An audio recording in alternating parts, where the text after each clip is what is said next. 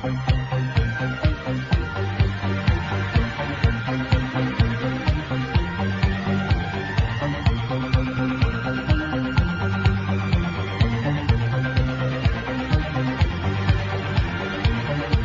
the high desert in the great American Southwest, I bid you all good evening, good morning, good afternoon, whatever the case may be, wherever in the world you are.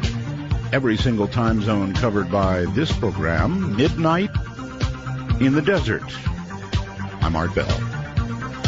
Now, this is going to be an interesting night in all kinds of ways, so prepare yourselves. And number one, we have rules. Not many, 2 of them. No bad language because we don't need it. And only 1 call per show. Those are the rules. That's it. Simple. I want to thank, as always, Telos for the great sound. And by the way, we are re-encoding the archives. You may have noticed, because I'm going to call attention to last night's show. Boy, am I going to call attention to it. That the last night's show is just spectacular in a great way above the others in the archives. And by the end of the weekend, all the archives will sound that way. They're being re-encoded. I think you'll like it. But Telos makes a year that gets it, sounding so good. Keith Rowland, 20-year webmaster. My producer, Heather Wade. If you have a suggestion, send it to producer@artbell.com. The BellGab website. Very vaguely lovable people. Midnight in Desert, people love Art Bell. Stream guys, they get, the stream out to you. LV.net gives it to the stream guys. And Peter Eberhardt sells whatever we have to sell, which is only about 6 minutes of commercial time per hour, so your commercial gets heard really well. All right. Last night, and it hasn't happened a lot in my broadcast career, but last night I was had. I was really had last night, and I must tell you that, like many of you, I went back home last night shaking my head, going, what just happened? And it worked on me. I couldn't sleep. I thought about it. I refer now to Blanche Barton, my guest last night, the high priestess of the Church of Satan, the chair mistress of the Council of Nine, Anton LaVey's lover, partner, the mother of his child. All about Satan. And I'm sure that many of you who listened last night expected the sound of rattling chains, deep, dark, terrible things to be told, the fires of hell to be discussed, and there was none of that. Gee whiz, Blanche Barton was, what can I say? She was articulate, smooth as silk. Blanche Barton was intelligent, extremely well-spoken, and it didn't hit me until I did something I almost never do. I sat down and actually re-listened to last night's show. And here's what I'm going to tell you.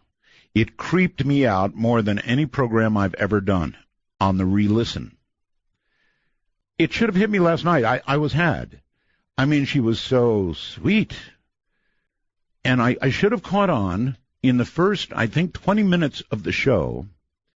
We were talking about casting spells, I believe. And she said, oh, yes, I might cast a spell and on some guy, and then he'll go to Hawaii, and something wonderful will happen to him. It should have hit me. It should have hit me. You don't sell Satan to people with chains and blood and fire and damnation and hell. That's not how you sell Satan. You sell Satan with trickery. That's what Satan's all about, trickery. And when I went back to listen to the show, understanding that, it completely creeped me out. Not only is she the real thing on paper, in other words, she's head of the Church of Satan. She is the real thing. And that's how the real thing sounds. And if you want a truly, truly creepy experience, trust me on this. Go back to last night's show. After what I've just told you, if it didn't hit you last night, now I know that it didn't hit many because they were expecting, well, scary stuff, right? Scary stuff. But that's not what we got. What we got was smooth as silk. What we got was, well, I don't know, a promise of something wonderful on a Hawaiian vacation. What we got last night was the real thing. We got an invitation to join Satan. So, if you are a time traveler, if you have access to the archives, well, here's the way I thought of her. In fact, do you remember during the show, if you heard the show, I asked her if she was an attorney. She said no. But boy, she sure did sound like an attorney. In fact, she sounded like, to me, the counsel to the devil. And that's exactly what I think she was and is. Counsel to the devil. I'm Art Bell. Stay right where you are. I know you deceived me. Now here's a surprise. I know that you have, 'cause there's magic in my eyes. Come on, baby, take my hand. We'll be able to fly.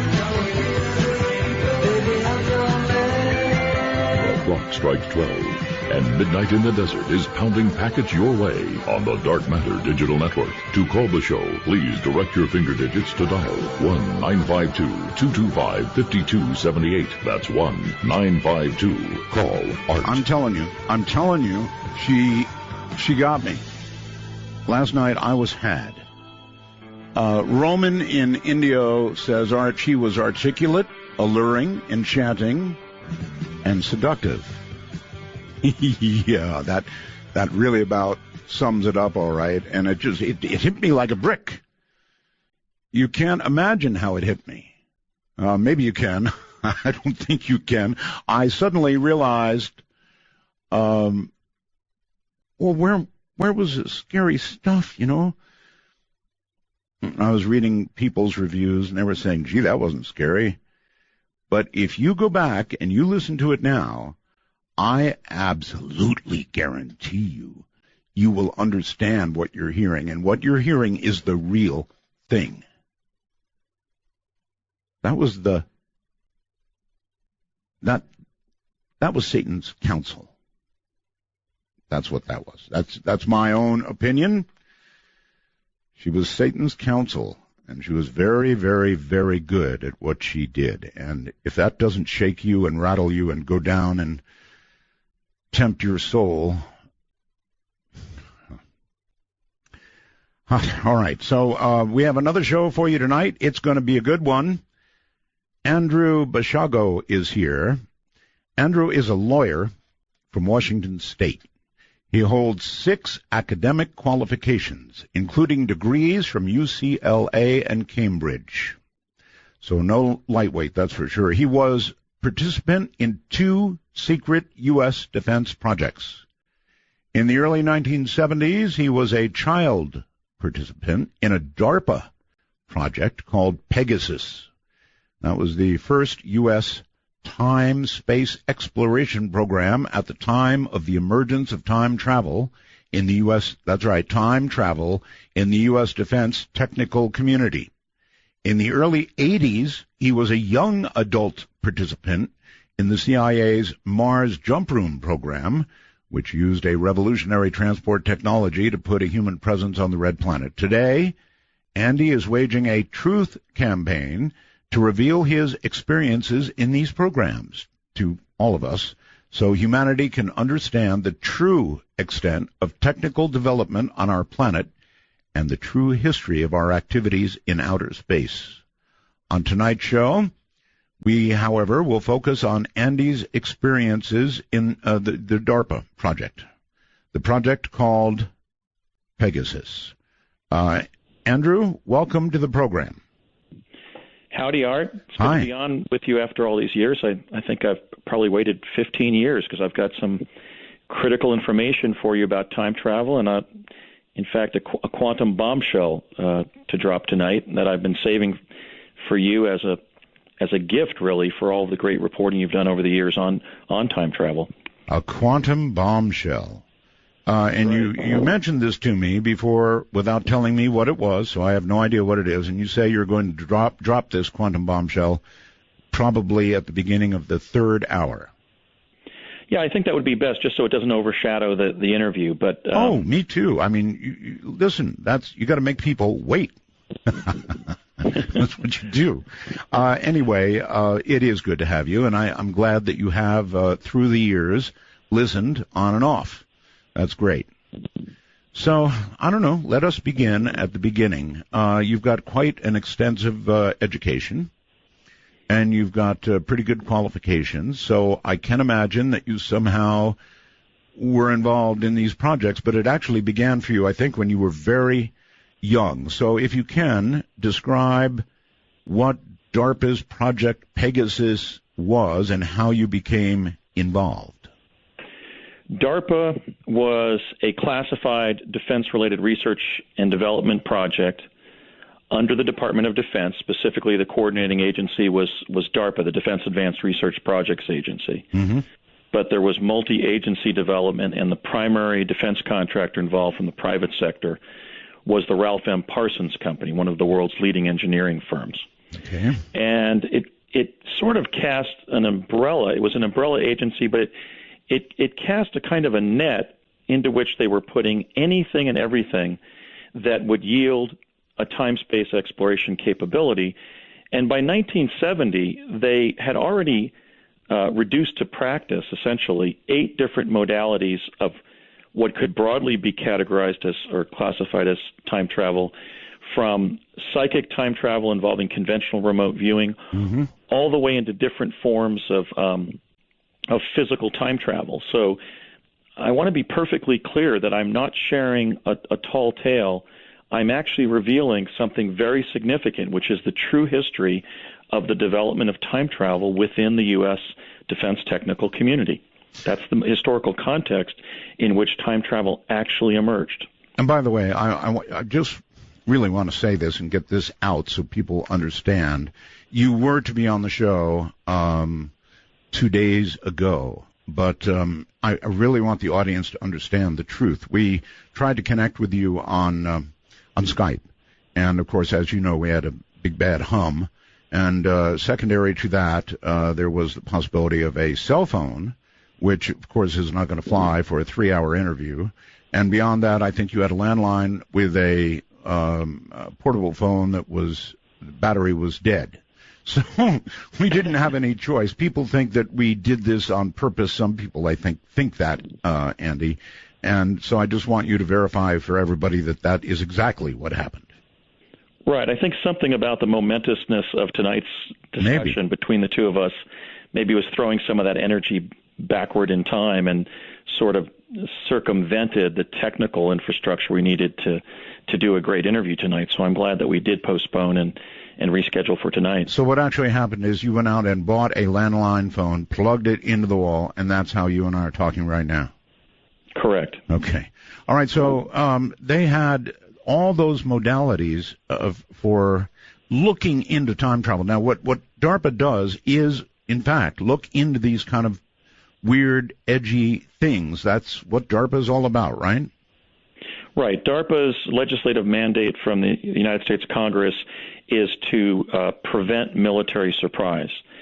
So ultimately, or initially, I should say, the time travel project began after the famous July 1952 overflight of our nation's capital by 9 extraterrestrial craft that were clocked at Langley Air Force Base at traveling at 7,000 miles per hour, which exceeded our flight capabilities, our jet aircraft capabilities of that time. Sure. But those extraterrestrial crafts. Now, this sighting was reported on the front page of the Washington Post. Oh, actually, people can go back and you can get a front page picture of the Post, and you can see these UFOs or whatever they are just as you described, going right over the Capitol. That's a fact.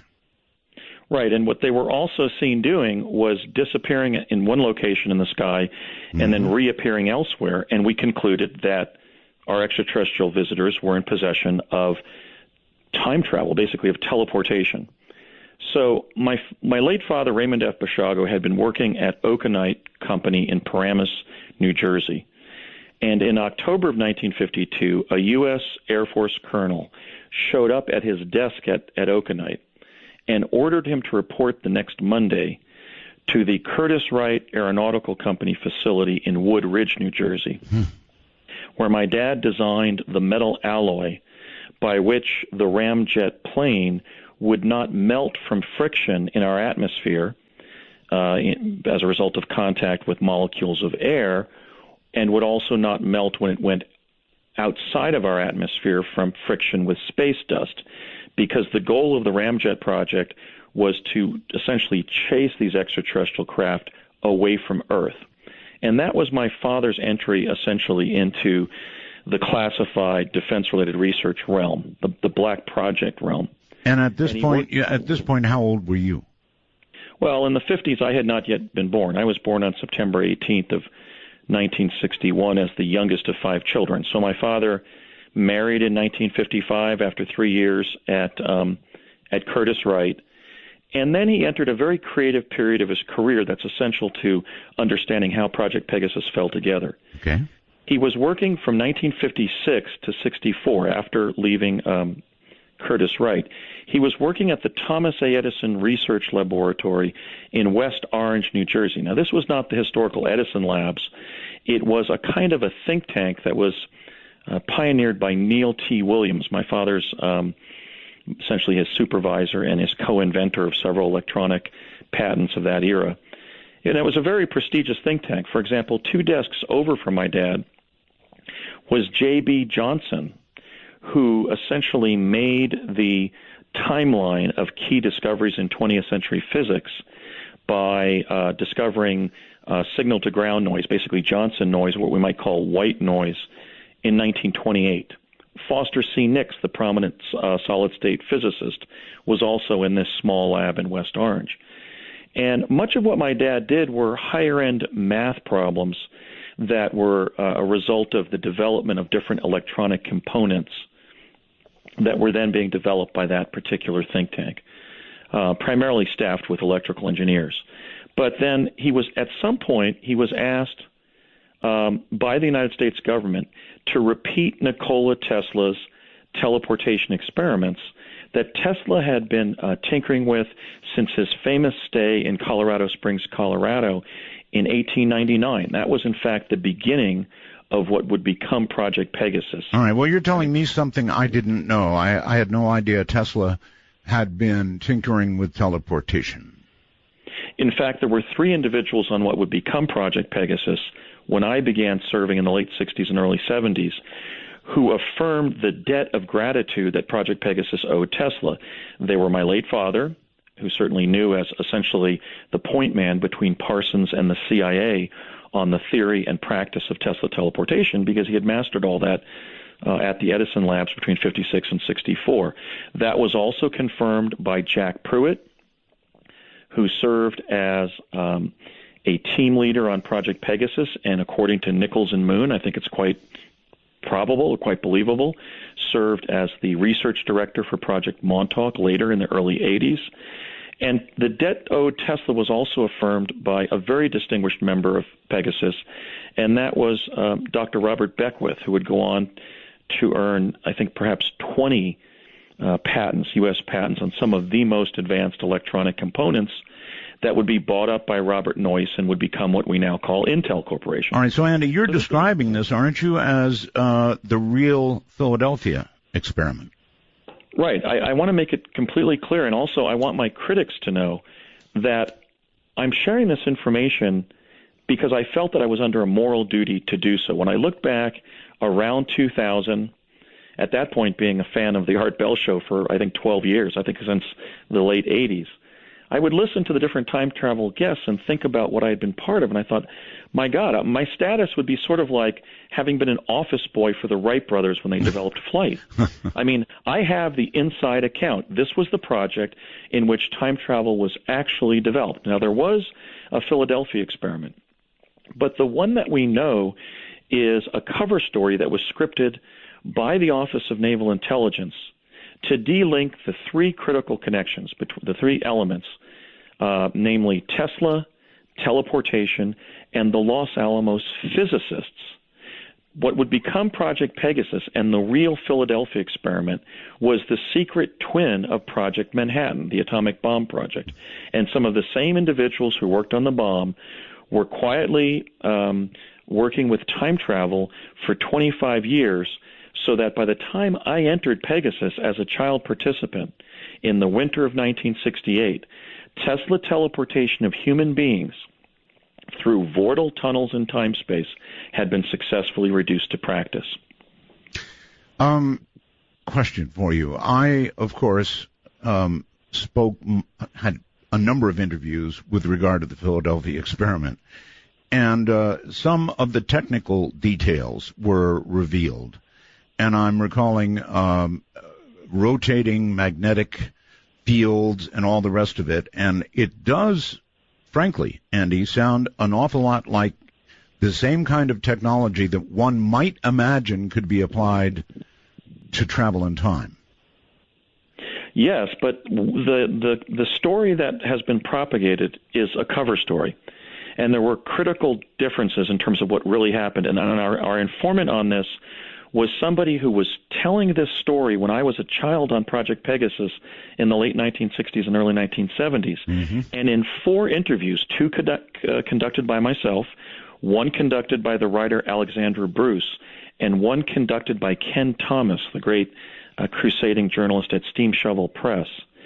Over 25 years at that point, really ultimately to the early 2010s, to the time that Beckwith was now about 80, shortly before his death, he affirmed the same information, which is that the actual Philadelphia experiment did not take place in the Philadelphia Naval Shipyard. It took place in Long Island Sound.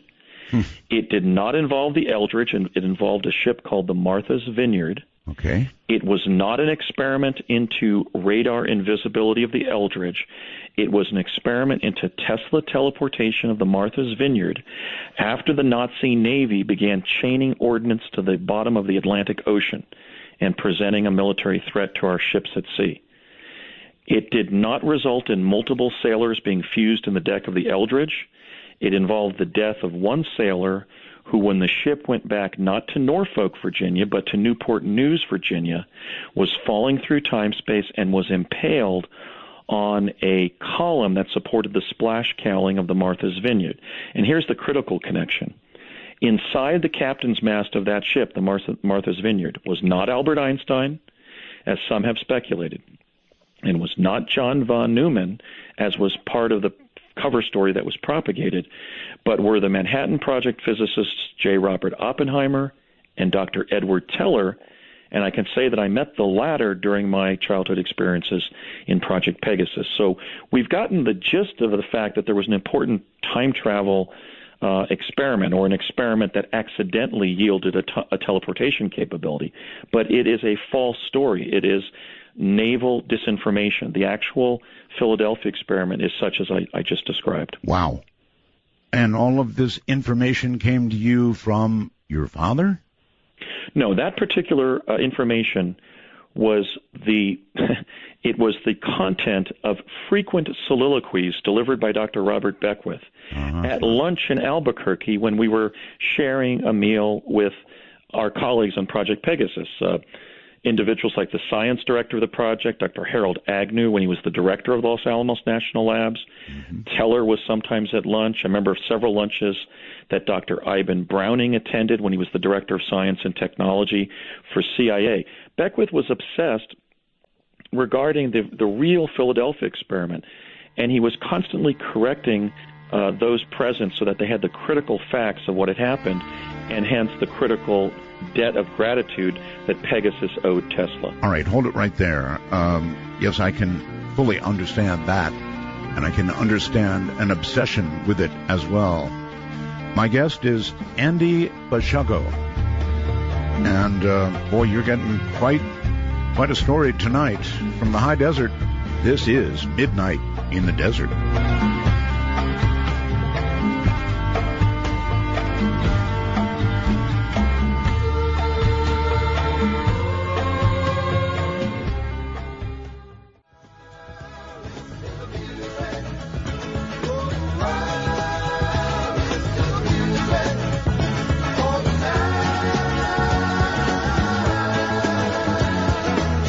Midnight Matter can be explored on Midnight in the Desert with Art Bell. If using Skype from your computer, please be sure to use a headset mic and call MITD 51. That's MITD 51. Hold your calls. Don't call yet, folks.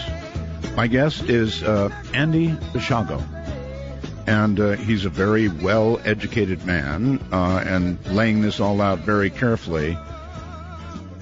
He says what we know, or think we know, about the Philadelphia experiment is not accurate. I listened, of course, years ago to Al Bielek describe technical details of the Philadelphia experiment, which you now say was kind of cover for what was really going on. Is that fair? Yes, it's a cover story. It involved another ship, another technical process, but the critical thing they were concealing was the linkage between Tesla teleportation and the very Los Alamos physicists that developed the atomic bomb and continued to design more destructive nuclear weapons, in the latter half of the 20th century. Oh, yes. Okay. You describe 8 modalities. Correct. Is there a way to go through them fairly quickly so we can get a rough understanding what we're talking about? Especially if we conceive of it as a spectrum with, let's say, psychic time travel on the left, and then what I call physio-virtual kinds of time travel in the middle, and then into the physical forms of time travel. On the left side of the spectrum, the sort of the fuzzy logic side of the spectrum, right, we have psychic time travel in the form of conventional remote viewing. Okay. I can correct the historical record on that. Ingo Swann often claimed that remote viewing began at SRI in 1972. Right. However, I and my childhood colleagues, I like to say that we were small mediums at large. We were doing conventional remote viewing for the Office of Naval Intelligence no later than the fall of 1969, and in fact we were tasked, and it makes sense why we were, because John McCain's father was then the commander of the entire Pacific Fleet of the United States Navy. We were asked to determine whether Lieutenant Commander McCain was in the POW compound known as the Hanoi Hilton, right, and if so, where he was in the building. I imagine they either wanted to bomb his location or maybe extricate him from that location. Okay, the very typical target for remote viewing. Right. We were doing conventional remote viewing for the United States Navy. Then they began manipulating our environment, or at least our perception. One of the things they were doing was spinning us, and by spinning us, inducing out-of-body experiences. During one of those OBEs, I came to a mechanical limit beyond which my consciousness could not go any farther. When I described that machine or that limit to the astral plane, this was a direct quote from the lady from DARPA who was debriefing me. Yeah. She said, "Others have described it. We think it's the technical infrastructure that's propagating the hologram that we find ourselves in. We're calling it the Matrix." And this was upon me returning to my body from an induced OBE, induced by being physically spun clockwise on my back beneath a spiral image on the ceiling at 33 rotations per minute, which is certainly a curious number in many ways. The Masonic connection, the connection to the recording industry with the 33 RPM records.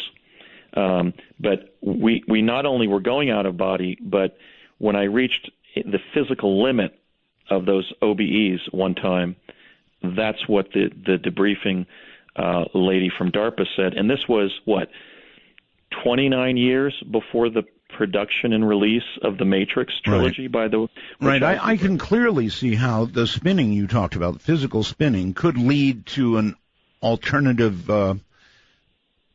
altered state, I guess. Yes, and that was what I call astral time travel. They deracinated our minds almost in a shamanic way, a very tribal way, and we left our bodies and went elsewhere, and then we were questioned about where we went. Got it. So that, again, is very fuzzy logic time travel. All right, we have a long way to go to get to 8 modalities here. Okay. Now, then in fall of 70, well, they actually started some of the physical time travel first, but let me stick in, within the logic of the spectrum that I'm describing. Sure. Okay, then in fall of 70, they took us to the general manufacturing company, the map-making facility of Standard Oil, which was then in, I think it still was until very recently, in Convent Station, New Jersey. Okay. And there they had a device called a chronovisor. A chronovisor is an electro-optical device that propagates a hologram that is so dense that it has the effect of lensing a non-local event into the laboratory, an event from what we would call the past or the future. If you stand away from the hologram, you can see something going on inside this cubical field of light generated from a crystal array in the ceiling that has either happened in the past on some timeline or has happened in the future on some timeline. So being able to watch the future or the past, was it actually controllable? Could you design what you would see, or was it random? Well, the chronovisors were still experimental when I was brought into the project officially in fall of 1969, the beginning of my third grade year. Wow. And they were trying to just focus the holograms. It was sort of like trying to focus an old-fashioned television image. They were going on the blink a lot. They were kind of wobbling and then blinking out. Got you. Now, the paradox, or the way in which the chronovisors became time machines, was basically as follows: when you stood inside that hologram, in other words, when you stood on the stage of the device, and the crystal array was turned on above you with such brilliance that we were actually conditioned in a Pavlovian way not to look up at the light, because they knew we would be rendered completely blind for life. We would be blinded. It was so blindingly brilliant of a light. But so we were trained not to look up. I now have 2700 vision, so maybe my visual cortex was damaged by the chronovisors. But the way in which it became a time machine was that when we were standing in the hologram, we instantaneously went to that event scenario on either this timeline or another one that was being tuned in by the chronovisor. But when they were training us for the chronovisor, they were I'm sorry, question. Was it stable? Was it stable? By that I mean, you can imagine something like this. If it moved, shifted, or did anything wrong, you'd be in trouble. Right. When they turned it off, it would go randomly through different time-space images, like a psychedelic short feature. Got it. But when they were operating it, they could operate it on a standing basis and send us to specific periods of time. For example, I spent much of the first half of the summer of 1971 in New Mexico being sent to the mud in the street in front of Ford's Theater to walk into Ford's Theater on April 14th of 1865 to get behind the balcony seating that the Lincolns were sitting in and see who shot President Abraham Lincoln. And they must have sent me, 6, 7 times. In fact, on one of those jumps in the chronovisor, I looked to my right and I saw myself walking through the theater. And only later, on the 6th or 7th jump, I looked to my left and completed that meeting with myself.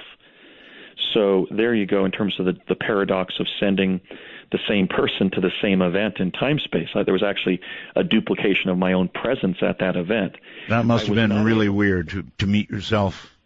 My God. Oh, yeah. I remember seeing myself on the right, and I thought I was walking along a long mirror looking at my image, but then the image of myself over on my right deviated over to the right, and I thought, my God, that's not my image in a mirror. That is me, right. Probably on a later jump.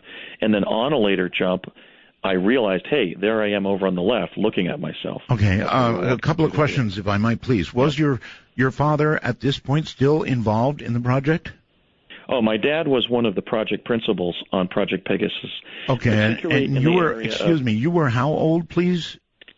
I first teleported via Tesla Teleportation between the Curtiss-Wright Aeronautical Company facility in Woodridge, New Jersey, and the Santa Fe, the New Mexico State Capitol grounds in Santa Fe, New Mexico, right, in the winter of 1968 at age 6.5. 6.5. And that was, my father brought me right into a meeting with Dr. Harold Agnew when my dad was presenting the prospectus to test Tesla teleportation on both adults and children. All right, well, here is my question.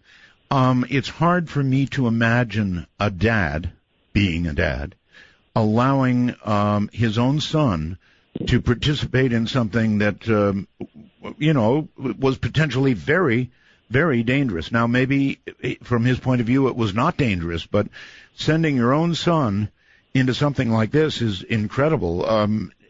As you think back on it now, how do you think your dad justified this to himself? Well, the Defense Technical Committee he was working for was looking at two threats. I call them the grays and the reds. Basically, they were concerned about what our extraterrestrial visitors might be presenting. They weren't presuming there was a security threat, but they were mindful that could have been different species from outer space with superior technology and development might present a threat of colonization or domination of the world. Yes, of course. Enslavement of the world, annihilation of the world. They were also concerned, it's funny to think back, but their chief concern regarding the former Soviet Union and their chief conventional military threat that they were worried about was actually a landing of the Soviet Army on the continental United States by the Soviet Navy. So that was the background in the field he was working in. But personally, my dad commented one time when Raymond Kubik, his supervisor at Parsons, flew to New Mexico rather than teleported there to meet us during the summer of 1971. And he said, Ray doesn't think that any of us should be teleporting. He thinks that the dangers haven't been worked out. Sure. But I think it's clear that the dangers have been worked out. And, involving you, Andrew, every time human beings have gone to a better world, like let's say left their island after they exhausted the local fishery or went to another area of the forest to find happier hunting grounds, even if they had to ford an ocean or a river, let's say, it's very human for humans to have put their children on their shoulders and gone with them into that future realm, that future environment. True. And that's what I'm doing with you. You're actually Uncle Ray Kubik had sort of an uncle role in our family as we were growing up because he was my dad's supervisor at multiple defense contractors and a family friend. He said, your Uncle Ray thinks I shouldn't be involving you. And I told him, look, this is the human future. Why shouldn't we involve our children once we found from our Navy enlisted personnel that these devices are safe? And, I really feel privileged, even cosmically privileged, that my dad made that moral choice. I should also add that my dad had served as a combat medic and ambulance driver with the 13th Airborne Division in France and Germany during World War II. Mm-hmm. And he had seen a lot of death, and he had seen a lot of, dead children as well.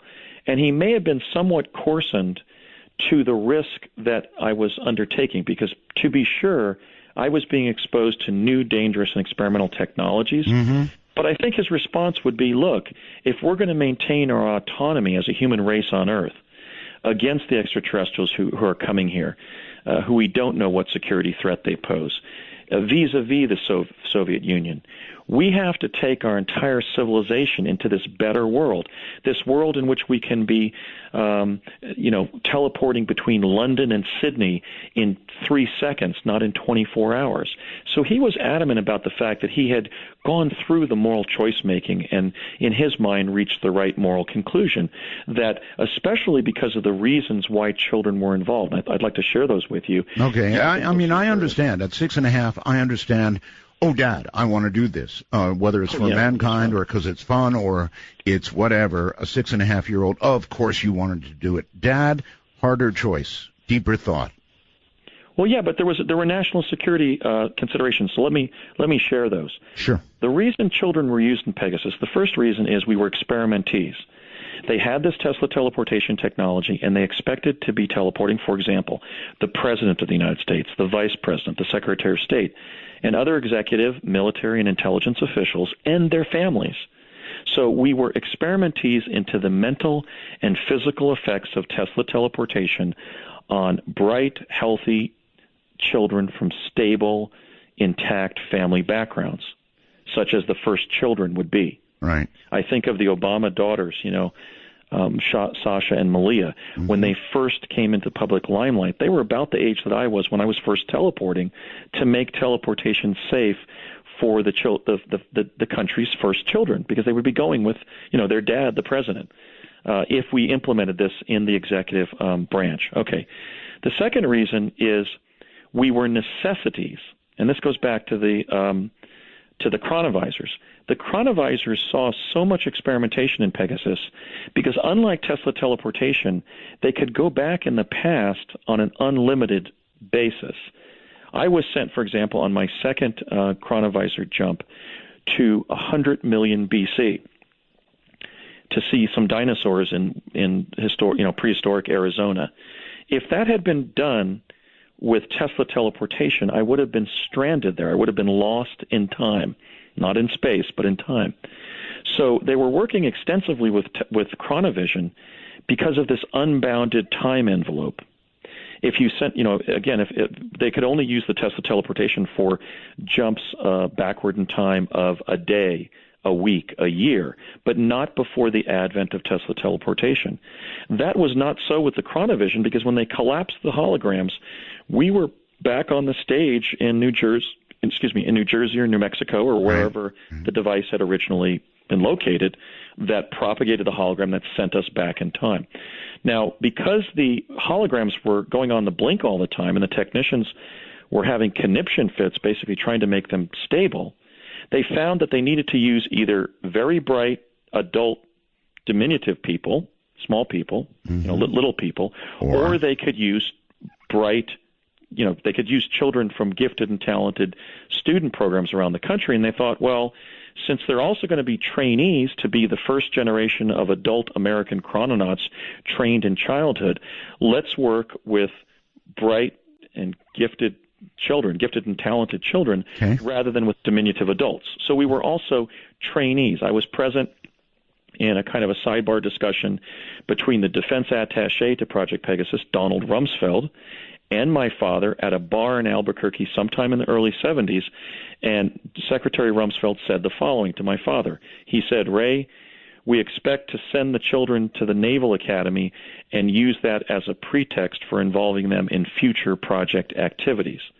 And in fact, I was set up to go to the Naval Academy, and really my refusal to meet with my local congressman, who was Barry Goldwater Jr., really began my rebellion and what would become my truth campaign regarding the time travel activities that I was secretly involved with by the United States government. I decided to not accept the bid to go to Annapolis, even though the skids had been greased for me to go there, because I was one of the kids who had served in a time travel capacity earlier in my life in Pegasus. Right. So we were also trainees. We were time-space cadets that they were grooming to use in adulthood. I've got it. But as he sent you back, particularly multiple times to the same location, had they already determined that there were not going to be paradox problems, or was that a possible danger for you when you went back and met yourself or whatever?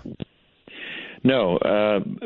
After deciding that children had to be used, and my dad having the faith in me as a tough, blocky-headed, very bright young man, we were still dealing with the threat, in fact, of catastrophe. Let me just cite one example.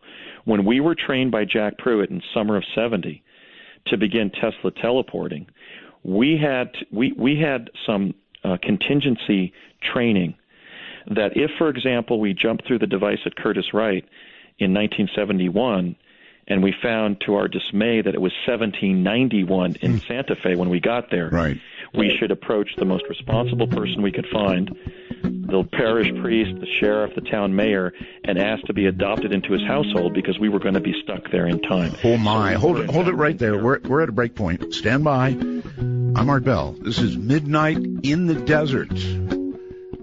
What a show! Wow.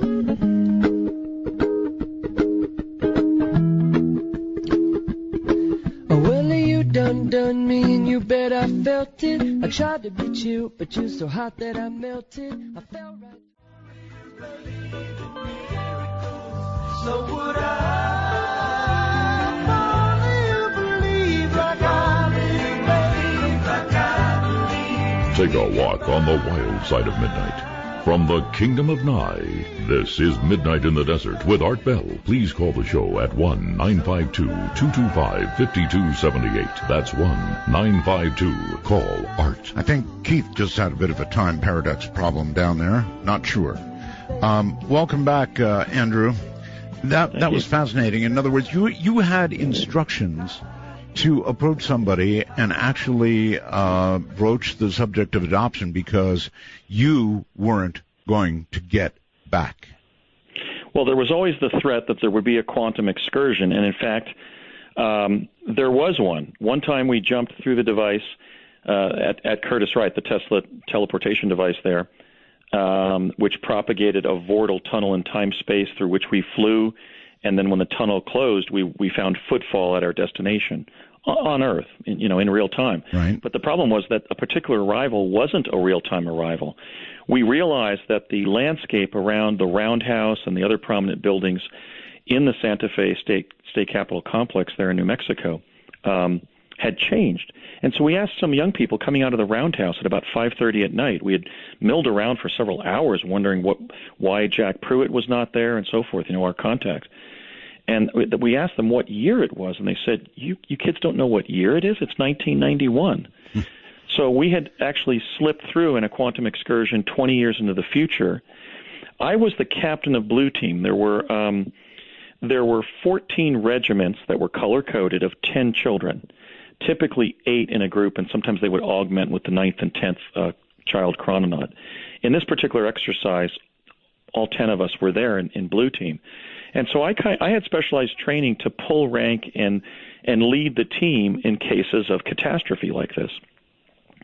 So I asked to talk to the security chief for the entire New Mexico State Capitol complex, and actually his lieutenant showed up, and I said, "Are you the guy that controls security for the entire complex?"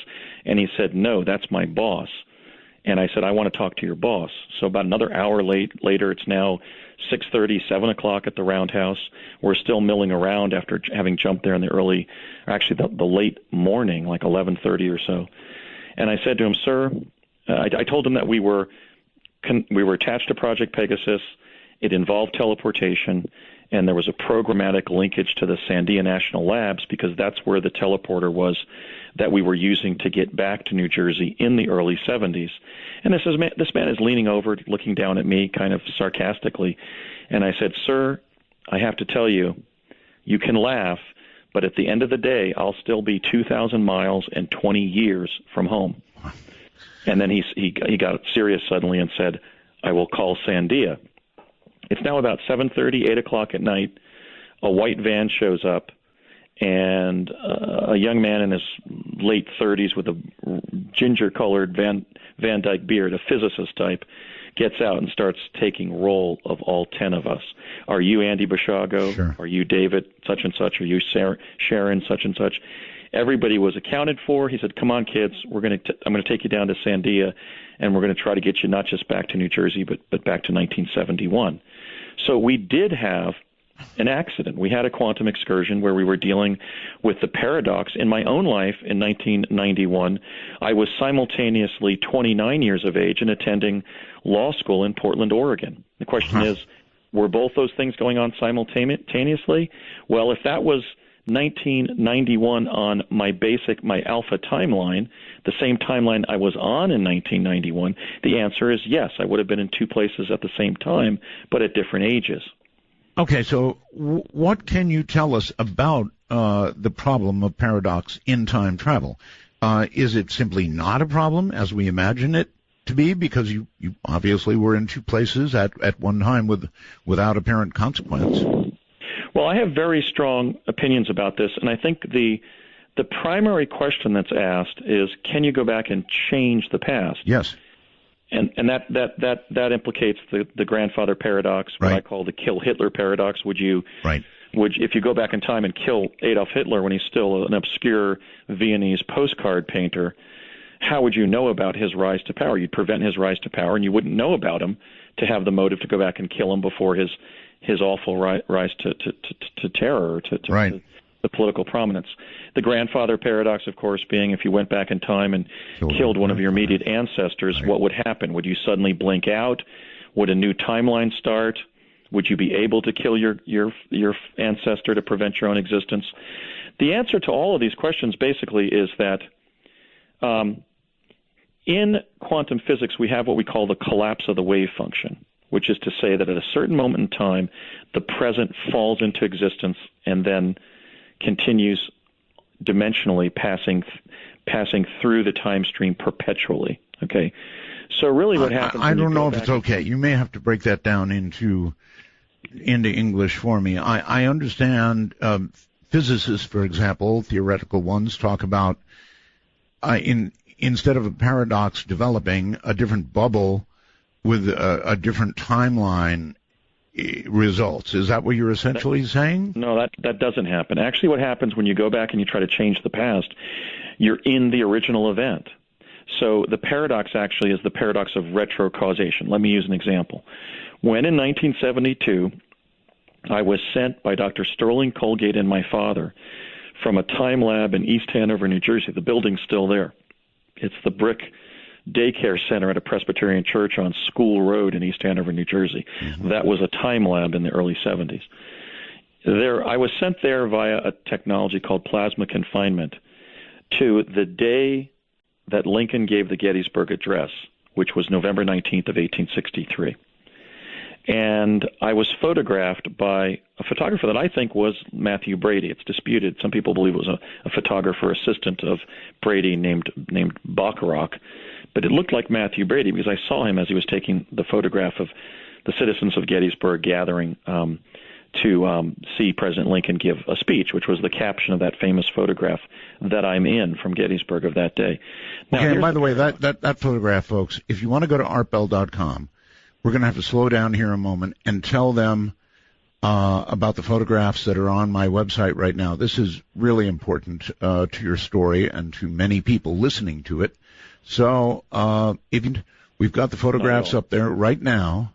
Well, the first historical one is my kindergarten photo, and that shows me about a year before I first teleported. That was taken in September of '66, and then I ended up teleporting from Curtiss-Wright to New Mexico with my father, as has been now dramatized on Fringe, where Walter Bishop, rather than Raymond Basiago, holds his young son Peter's hand rather than Peter's brother Andrew Basiago, and jumps through a teleporter. I think they have him walking through the teleporter in Fringe, but we were leaping into a field of radiant energy.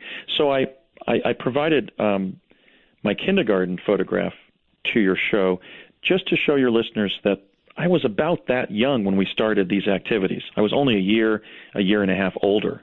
Okay. Says you were 5 in this photograph, and then I turned 5 in September of '66 in kindergarten, and by the next school year, my dad was involving me in applied quantum physics. I was teleporting across the country, so I was teleporting at a very tender age, and that's why I selected that photograph. All right, now let's go down to the very important next photograph, and it is you. It says at age 10 in Gettysburg in 1863. And there's Correct. Several things about this photograph that I would like to say. Number one, of course, it's not really clear enough that I could say that's you in the photograph. I'm sure others have said this to you.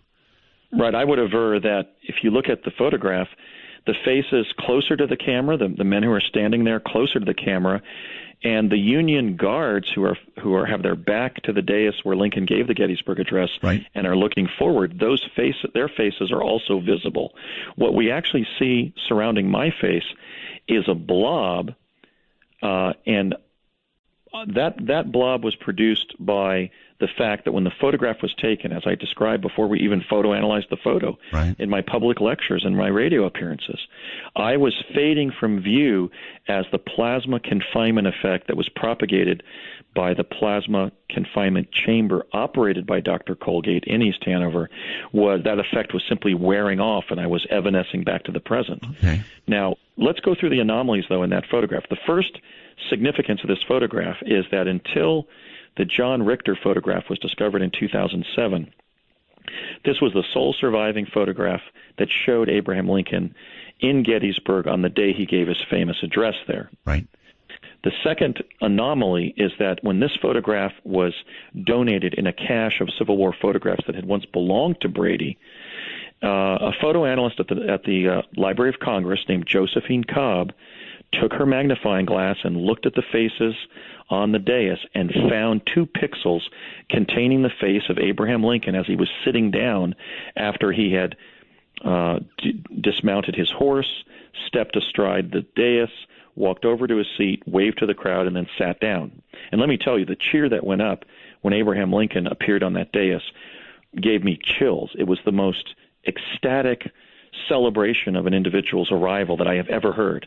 Clearly, Abraham Lincoln was deeply loved by the citizens of Gettysburg shortly before giving his famous address there, and four months after the battle there, in which 50,000 casualties resulted. Okay, Andrew, in the photograph directly to the left of you is what appears to be an entity. An entity of some sort, or something coming or going. It's obviously only half there. What is that? It's not a shadow or blur of a contemporary personage from that era. If you look at clearly and analyze that anomaly, it is a non-human being. It's a humanoid being that is not Homo sapiens sapiens. It's an extraterrestrial or an interdimensional that has highly articulated facial features that are not human. And this may explain why this is the only public historical photograph in the National Archives that has been classified.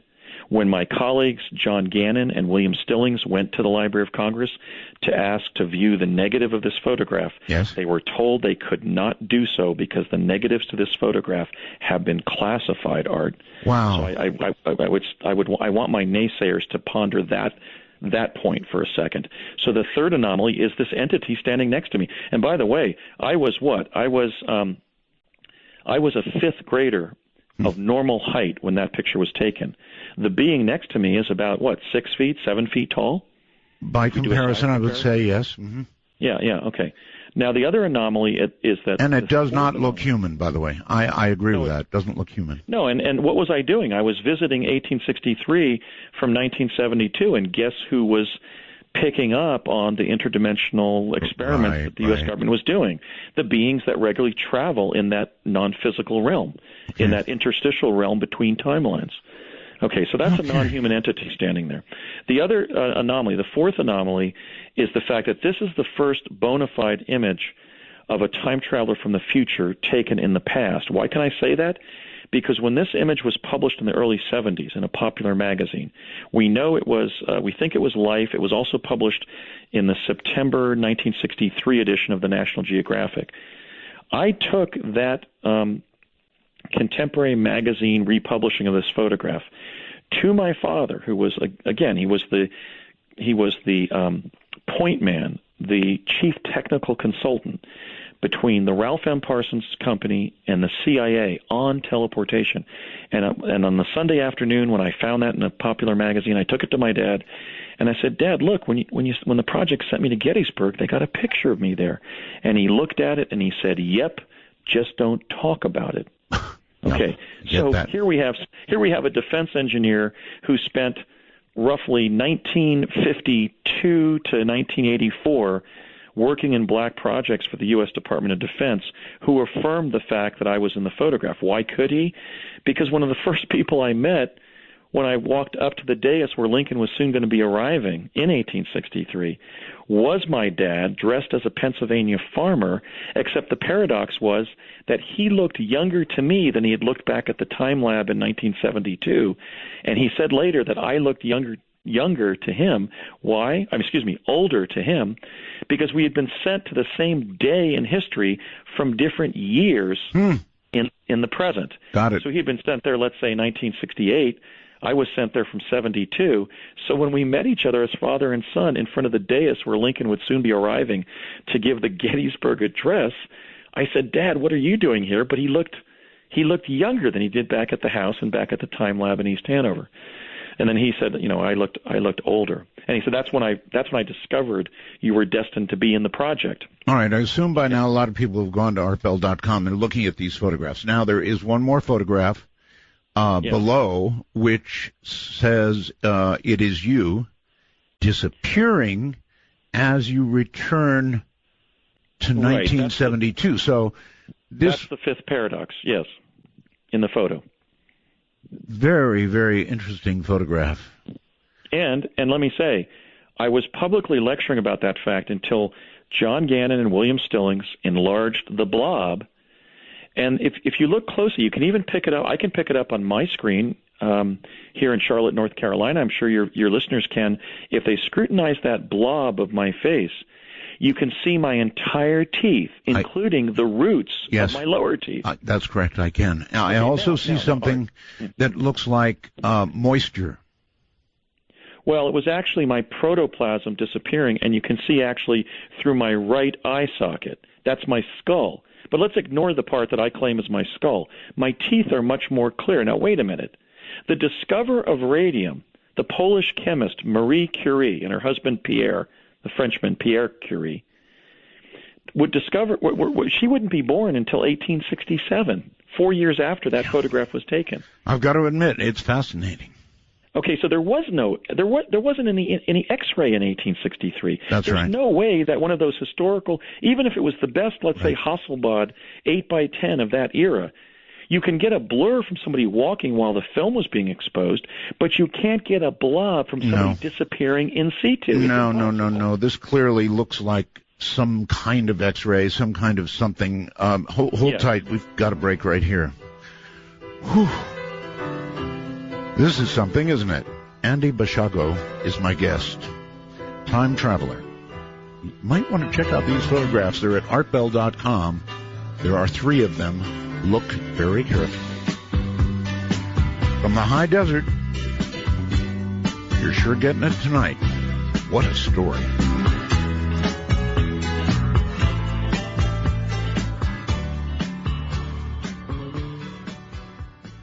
Haven't done so yet, go to artbell.com and you will see a picture of Andrew. Click on that. When you click on that, you will be taken to you'll have his bio there, and then there'll be 3 photographs. One of Andrew at age 5, a year before he first teleported. Second photograph at Gettysburg in 1863. And third photograph, Andrew disappearing as he returns to the year 1972. So here we have some offered evidence. I understand what you're going to say, the same thing I'm going to say. And again, that is that, of course, it's very difficult to absolutely prove that it was you unless we can do it by dental work. Well, yes, but the problem is that I was providing my account publicly and describing how the terminology I was using was how after the plasma confinement effect would wear off, we would evanesce back to the present. In other words, it would just wear off. There wasn't a need with several of the technologies for a time machine to be where we were sent. Got it. The effect would just wear off. Now, the effect was wearing off, and that camera, a Civil War camera, photographed my teeth from the side, as any dentist could recognize. In fact, my brother's a dentist. You can see the roots of my teeth. Now, right. I'm alleging, Art, and I will allege to my dying day, because it's the truth, that was me. I was sent there by DARPA's Project Pegasus, and that's the first historical photograph not only to show a time traveler from the future, but to prove it, because it shows me fading from view. It does. That's why the X-ray effect happened in 1863, 4 years before Marie Curie was born. Right, okay. All right, a couple of questions for you, please. One, why did they send you back to the moment of the Gettysburg Address? Why? In other words, I'm trying to figure out why they picked the targets they picked. Well, when I was in the lab, my dad explained that it was basically an honor or a treat. He said, "Oh yeah, I had been time traveling for 3 years for the government, and he said, you've done everything we've asked you to do to the best of your ability, usually ably and well, and that included gathering intelligence in some cases. And he said, so we want to give you kind of a treat and let you go back and see President Lincoln give the Gettysburg Address." He didn't reveal to me that he had been there years earlier and met me there at my current age by 1972. Sure beats reading it in a history book. Right, but let me. That's how it was explained to me. But then they may have sent me merely because he did meet me as a 10-and-a-half-year-old when he was sent 4 or 5 years earlier, and so they were just making sure that they were completing the sort of the quantum syllogism of having met me and just making sure that they sent me because he had met me there. But let me just explain how I was using this as an example of how the quantum paradox actually works. Sure. Now, if you ponder the fact that I was sent there, photographed in 1863, and then after its discovery in 1951, this photograph has been widely published in news magazines because until 2007 it was the sole surviving photograph of Lincoln at Gettysburg. That begs the question of, did I not exist in the photograph until 1972? Mm-hmm. Jump there, get photographed, and create another timeline that I returned to where suddenly my image was in all the news magazines that republished the Josephine Cobb image of Lincoln at Gettysburg, or was I always in all of those photographs? And the latter is the case. Why? This is the paradox of retrocausation. From the perspective of 1863, I arrived as a time traveler from the future, was photographed, and hence my image was always in the photograph. So from the perspective of 1972, I had to go to 1863 to be in the photograph, but if I had flipped through, let's say, that September 1963 edition of the National Geographic that republished the Josephine Cobb image of Lincoln at Gettysburg, I would have seen myself in that image. That is to say that the past is immutable in the sense that when you go back in time to change it, the sine qua non of time travel is that you're in the past event, the original event. Mm-hmm. So I challenge the notion of Schrodinger's cat and the notion of a second timeline breaking off, because when you go back to that past event, you're in the original event. The notion of a second timeline branching off, I think, is a form of magical thinking. But I would distinguish that concept from the idea of being sent to a different timeline. For example, we found that the chronovisors were unreliable as an intelligence-gathering device, an intelligence-gathering time machine, because every time they sent us to, quote-unquote, the same past event, it was always a slightly different version of that same past event. Oh, really? Yeah, so for example, when I would pop into view in front of Ford's Theater and try to talk myself past the ticket table in the front of the lobby, right inside the door, as a society child dressed in my Sunday best, and try to convince them that my parents had already been admitted with my ticket and were sitting inside, the person who would greet me at the ticket table was always a different person. It was like a man and his son. Then it was the man by himself on the second jump. On the third jump, let's say it was just his son. Then it was his son and his brother. So is that you, in effect, creating a small paradox? Well, I don't think we should think of the disparate timelines as paradoxical per se. I think we should think instead of the fact yes, but you've got change. You've got change. Well, according to one estimate, the multiverse contains as many timelines as would be expressed numerically by a number at 12-point type that would stretch for 130 million miles. Okay, that's a lot. Does the end result, though, still tend to be the same? It must. No. Well, I mean, you're talking about minor changes, not major changes. Well, essentially, that's what we found out about the adjacent timelines, that the big things remained constant, like the notion that Abraham Lincoln gets assassinated at Ford's Theater on April 14th, 1865. Right. Garth Brooks becomes a gajillionaire selling recording artist. The Beatles become the greatest group in the history of rock and roll. Art Bell becomes the great, legendary number one voice in talk radio. Okay, so the big magnitude events are immutable. between timelines, or at least they're almost immutable. 19 out of 20 times Barack Obama becomes the first African American to be elected president. But sometimes the big events change, but usually they don't. But what we found is the small interstitial events are highly mutable. So, for example, who was taking tickets that night that Lincoln got shot? On all of those 6 or 7 timelines I was sent to where he did get shot was always a different person. And my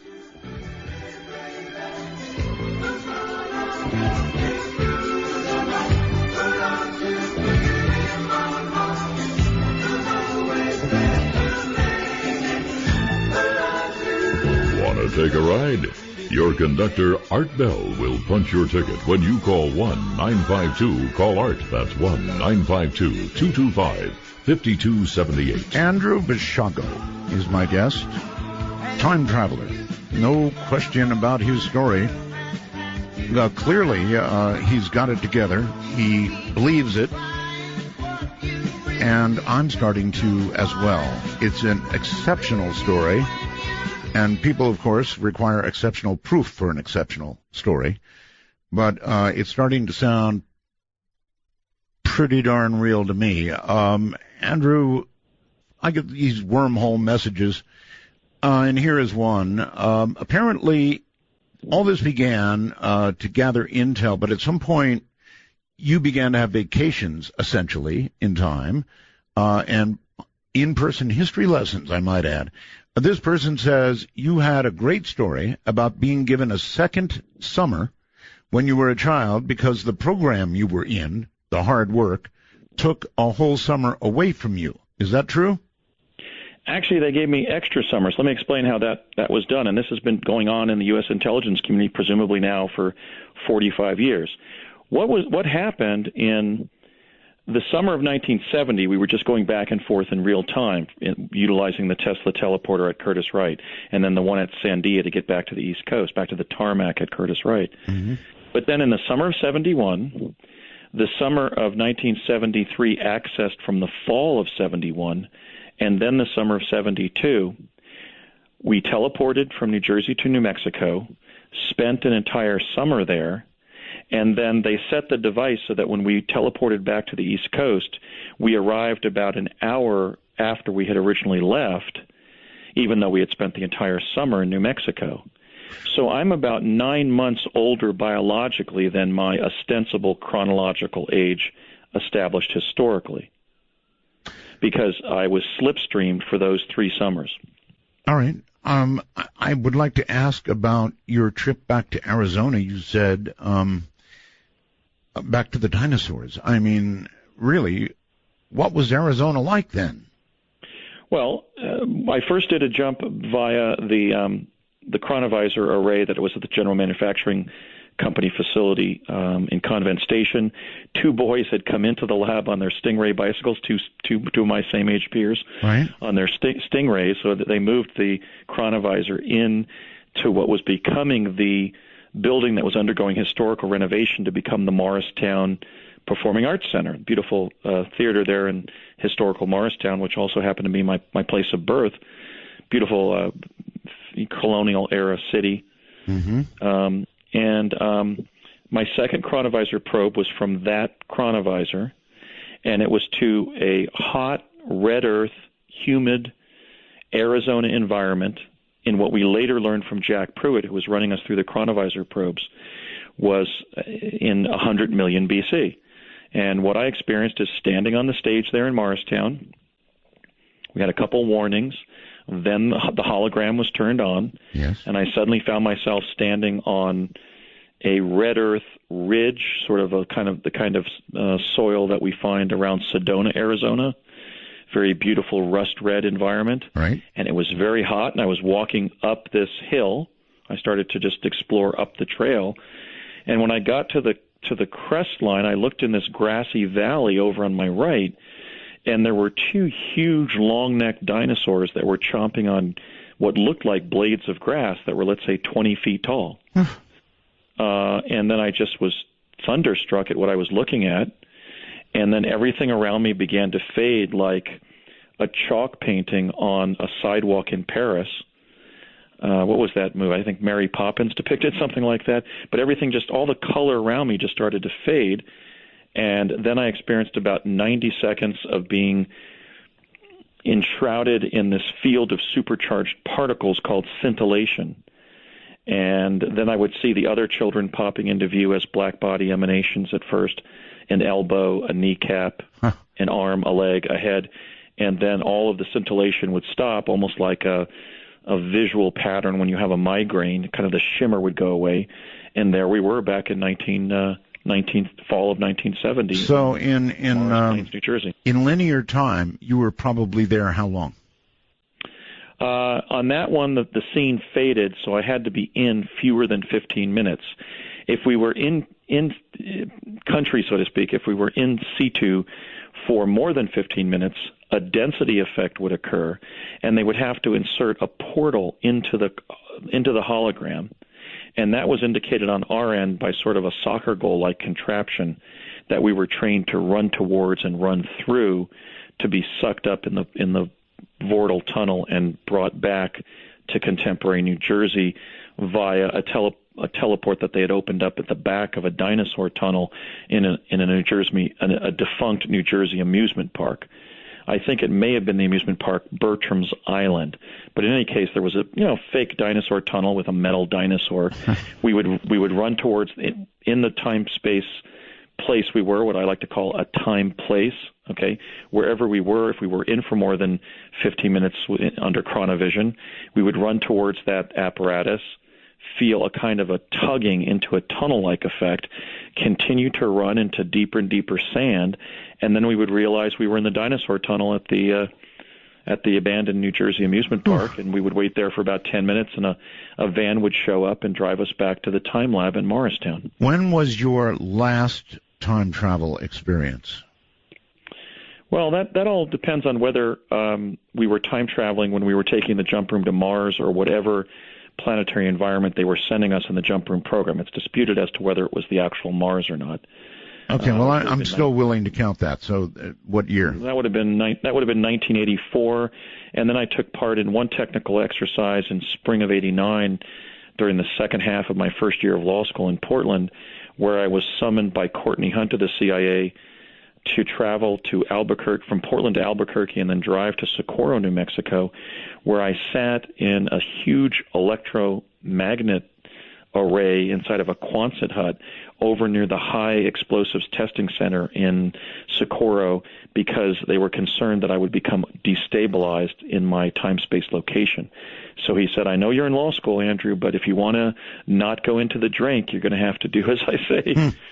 So there was some concern that I was in trouble at that point. All right, what is it that finally caused you to come forward and tell this amazing story? I mean, what could possibly have motivated you to do this? It's really the significance of the story itself and the moral duty that obtains. Basically, I was kind of impeded professionally in my mid to late 30s, and I had some time to think about what I'd experienced in childhood. I never forgot and never had the memories of Pegasus repressed.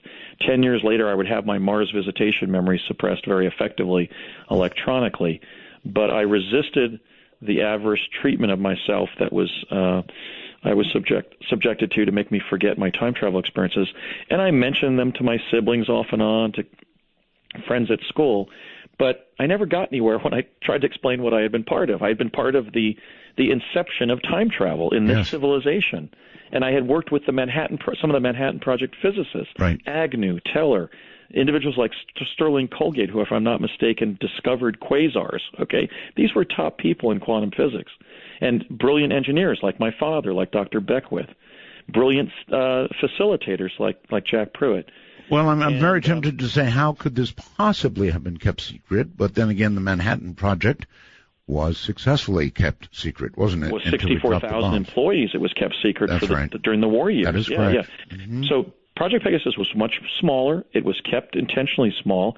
I was in that initial meeting between my father and Agnew when my dad presented the prospectus for the program itself involving civilians in the teleportation experiments and training.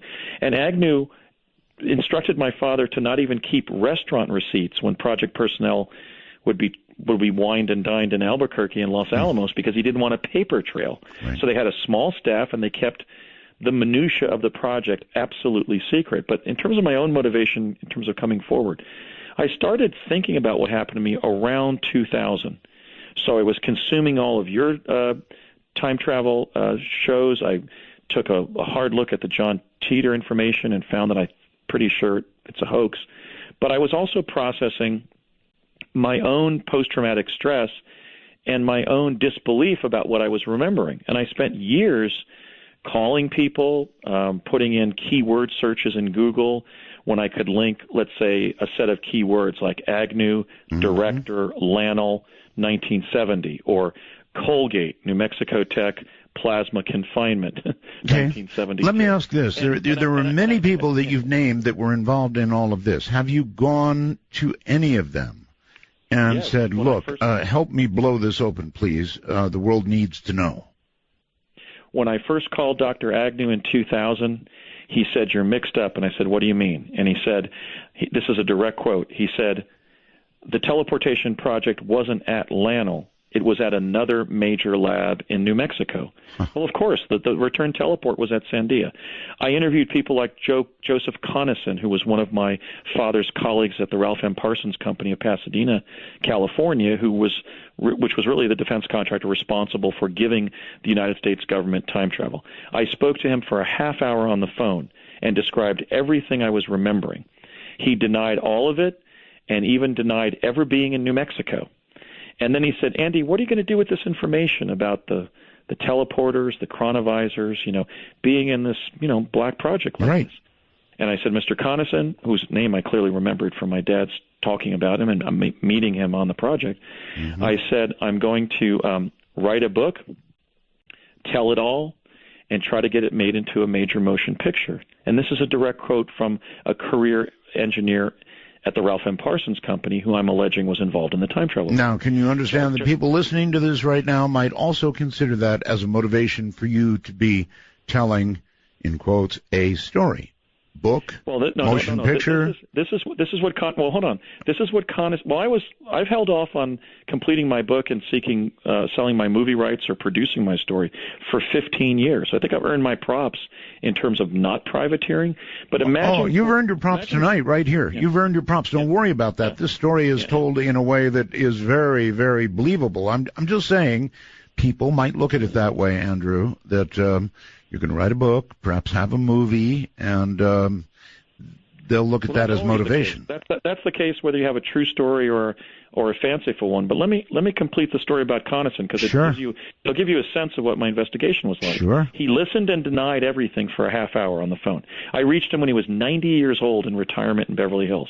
And this is somebody who spent his career at Parsons, which I might inform your listeners built an entire city for the government of Saudi Arabia, called Yanbu, designed and built the MX missile system for the Department of Defense.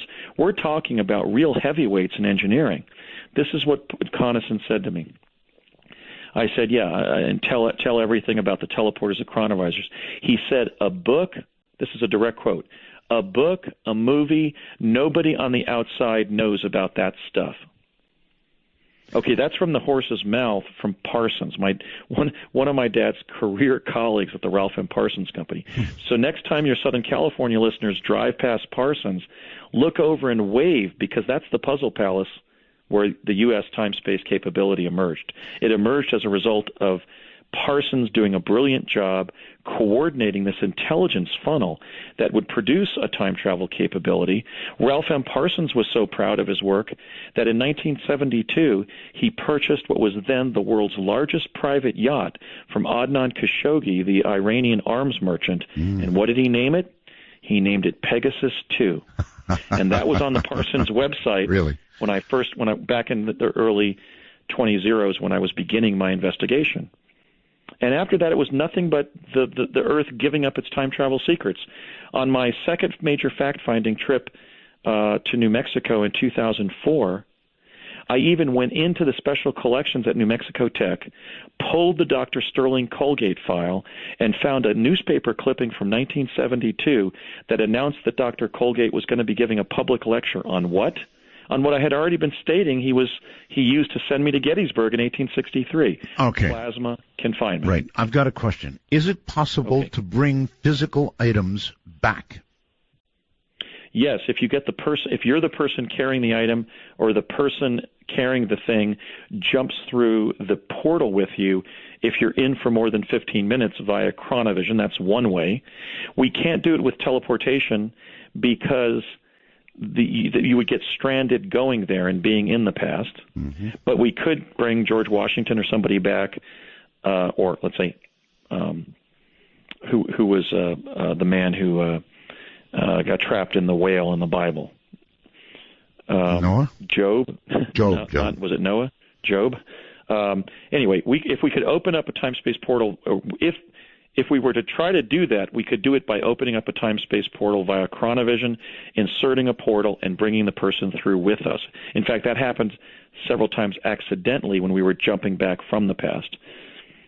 And we had to send the person back. We had to chronovize them back to their time-space.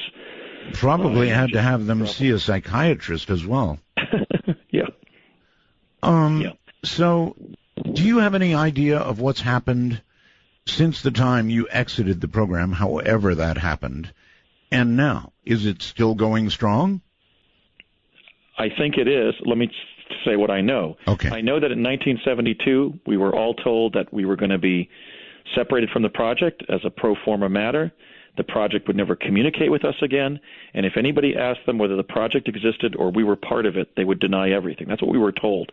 We were then shoved off deck like surplus helicopters off of an aircraft carrier and never communicated with again, except for my one-off discussions with my father, Courtney Hunt of the CIA, and then, bless his heart, Jack Pruitt, who met with me shortly for a brief briefing in 2003 in Santa Fe with his late son, Glenn Pruitt, one of my same-age peers who actually succumbed to some of the physical side effects of the early days of teleportation in the defense technical community. So I was essentially separated from Project Pegasus in 72. Based on everything that was discussed in my presence, however, and I was often the fly on most of the walls, because when I was in New Mexico, for example, during those 3 extra summers, I was very frequently with my father when he was dining with his colleagues on the project, people like Rumsfeld. So I heard a lot about the future, about things that would emerge in the future, like 9/11, like the Internet, like an epidemic disease called AIDS, like ubiquitous cell phone usage, like the identity of future presidents, the Bushes, Bill Clinton, all 3 of whom I had lunch with when I was a kid on the project after they were told they were going to be president. So if I synthesize everything I remember overhearing, I think we're kind of at this place now in what evolved. I think the teleports were established secretly at U.S. military bases to do the first purpose for which they were using children, namely shuttle our executive branch officials around the world in a time-urgent way. That is to say that I believe that probably every president since Carter has probably been teleporting, and that the Air Force One footage, at least some of the time, has been staged. Are you in danger for telling the story? Yes, I met with a representative of the Executive Office of the President as my investigation was evolving in the early 2000s. I met with a man, he was not identified by name, but by his job classification. I met him at the abandoned parking lot of the Wolf Creek Pass Ski Lodge north of Pagosa Springs, Colorado, right near the Continental Divide. It was June of 2003. There was no snow on the ground, hence no skiers, so we had a private outdoor place to talk that couldn't have been recorded. And he told me the following.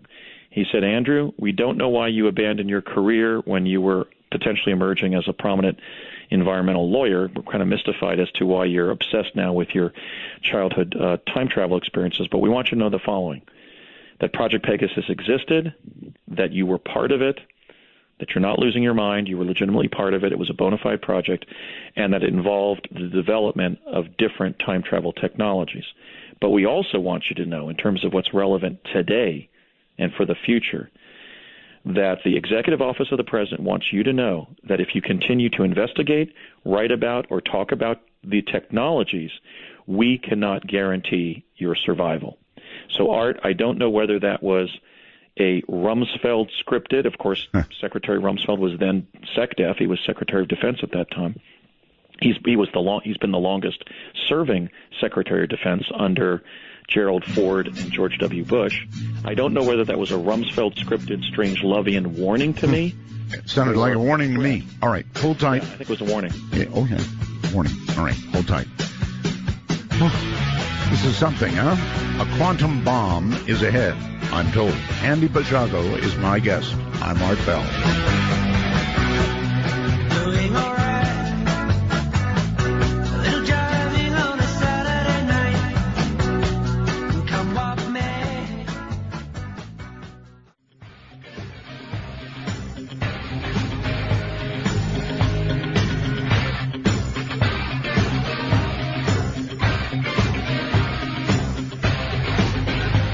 To initiate a dialogue sequence with Art Bell, please coordinate your phalanges and call 1-952-225-5278. That's 1-952-CALL-ART.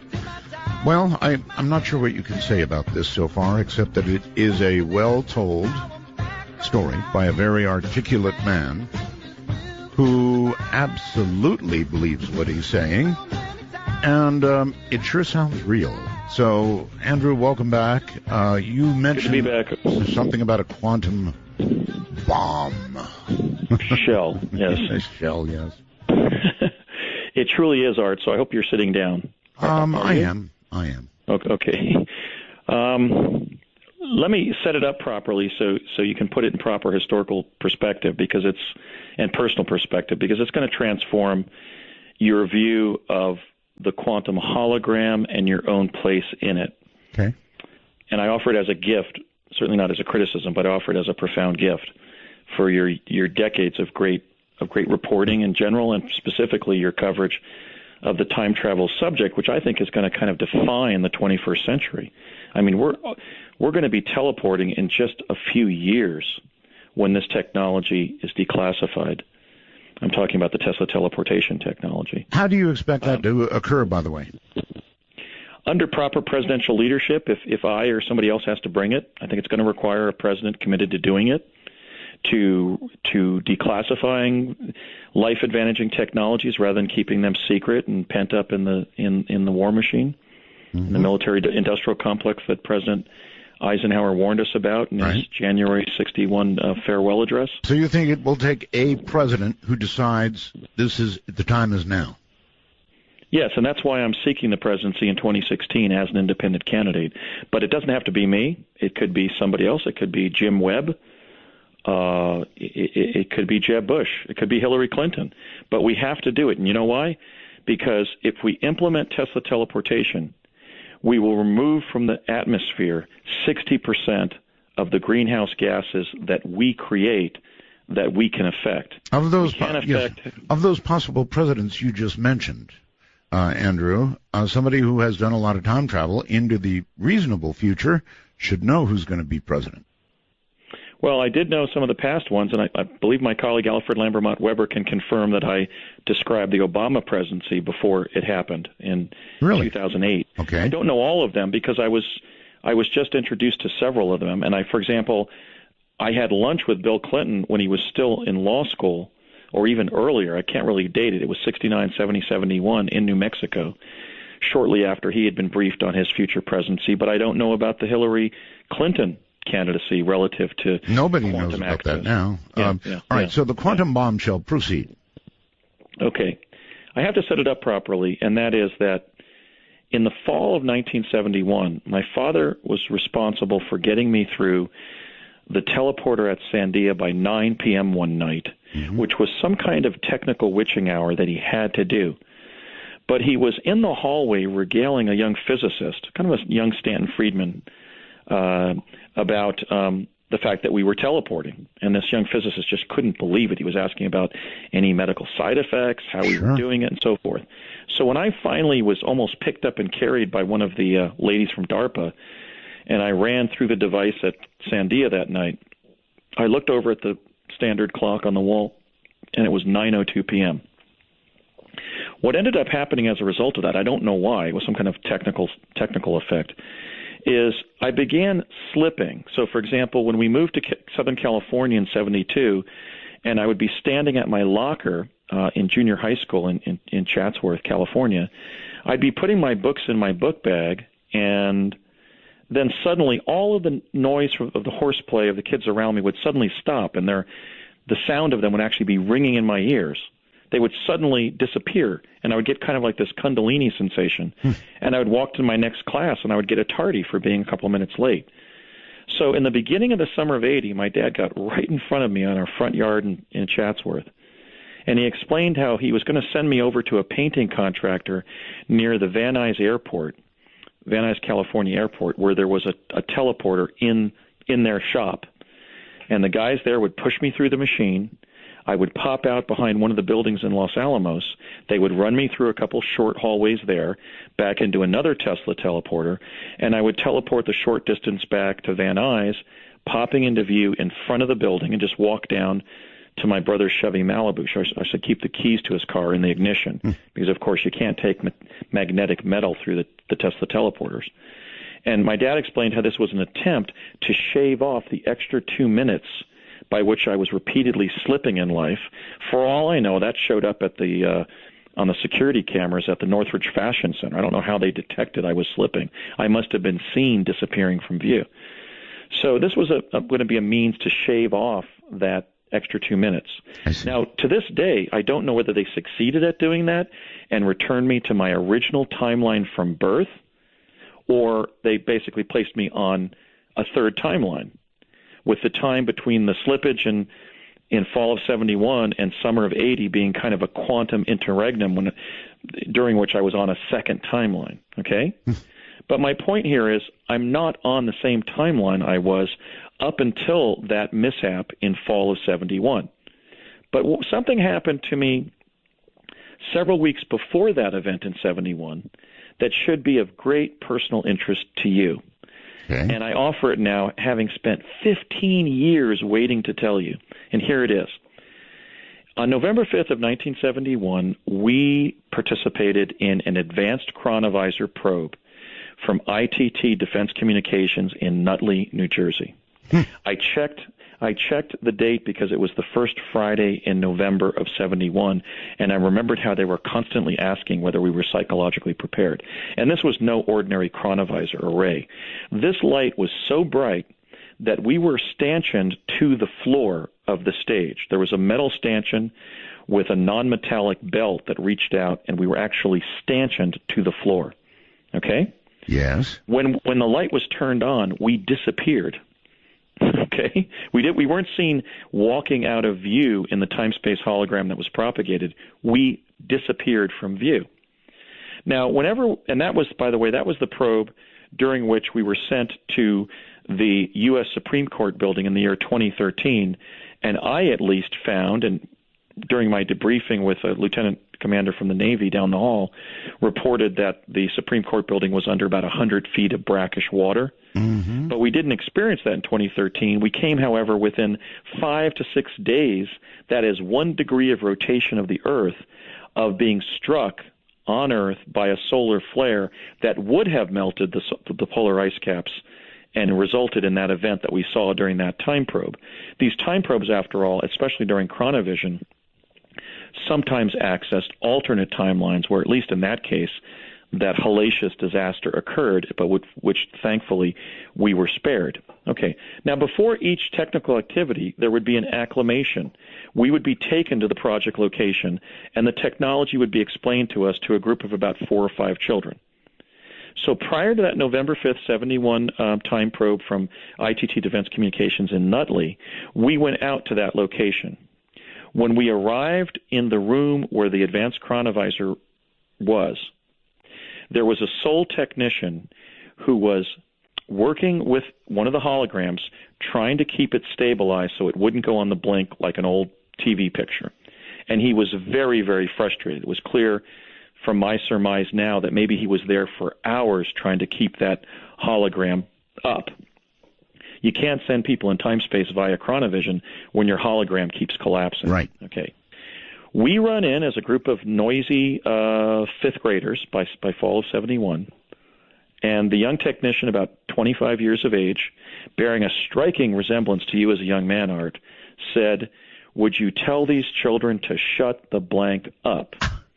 Now, hold on, Art. It gets better. Our facilitator was a beautiful young brunette named Elaine Gallagher. She was a stunning young woman, kind of Diana Rigg at 21. Okay, she was a beautiful woman, and she said, and very kind, and she said to the technician, "We're not supposed to use profanity around the children. That's definitely verboten. Give me your name. I want to put you up on report."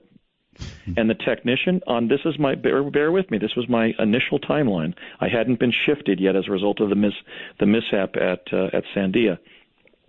The young technician said, "Arthur William Bell III, but to a young lady as pretty as you can just put me up on report as Art." What I'm saying, Art, is we are making broadcasting history tonight because this is the first interview in which a U.S. chrononaut as a guest is being interviewed by a radio host who the chrononaut met on an alternate timeline when he was time traveling for the U.S. government. All right. I encountered you when I was in Project Pegasus, and I've been waiting 15 years to tell you. Well, I'll tell the audience, and I don't think I've really told anybody that I know of except some close friends a long time ago. I worked for ITT in Nutley, New Jersey. I was a technician, and I was checking waveguide for a government project, rather secret government project, actually. So that's the truth. I don't exactly remember what you just said about the children and about my expletive, but I indeed worked for ITT in Nutley, New Jersey. So, oh my God, okay, that's a bomb. That's a bombshell. Okay. Yeah, I'm going to break it here because how the hell could he know that? I did. I worked for ITT Nutley. That can be verified. You get a shiver in the dark. It's raining in the park. But meantime, sound of the river. You stop and you hold everything. At the time, I lived in Newark, New Jersey with my dad, and commuted by bus to Nutley. I was checking waveguide for SWR, for those of you who know what that means, and working in vans that were,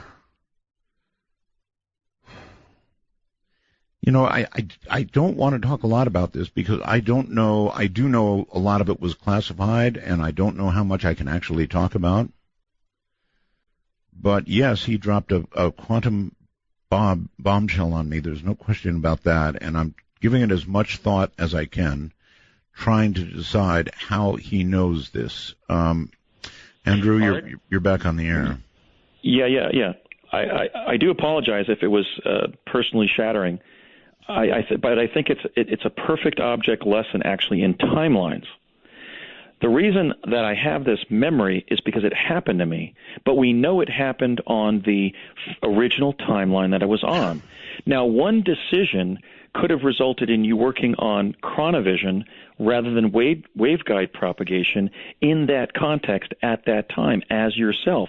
And that decision would have been the decision by the Pope of Rome, by the Vatican, to release the Ernetti and Gemelli's chronovision to the United States government. Chronovision emerged in the early 1940s in the work of two Vatican musicologists named Pellegrino Ernetti and Agostino Gemelli.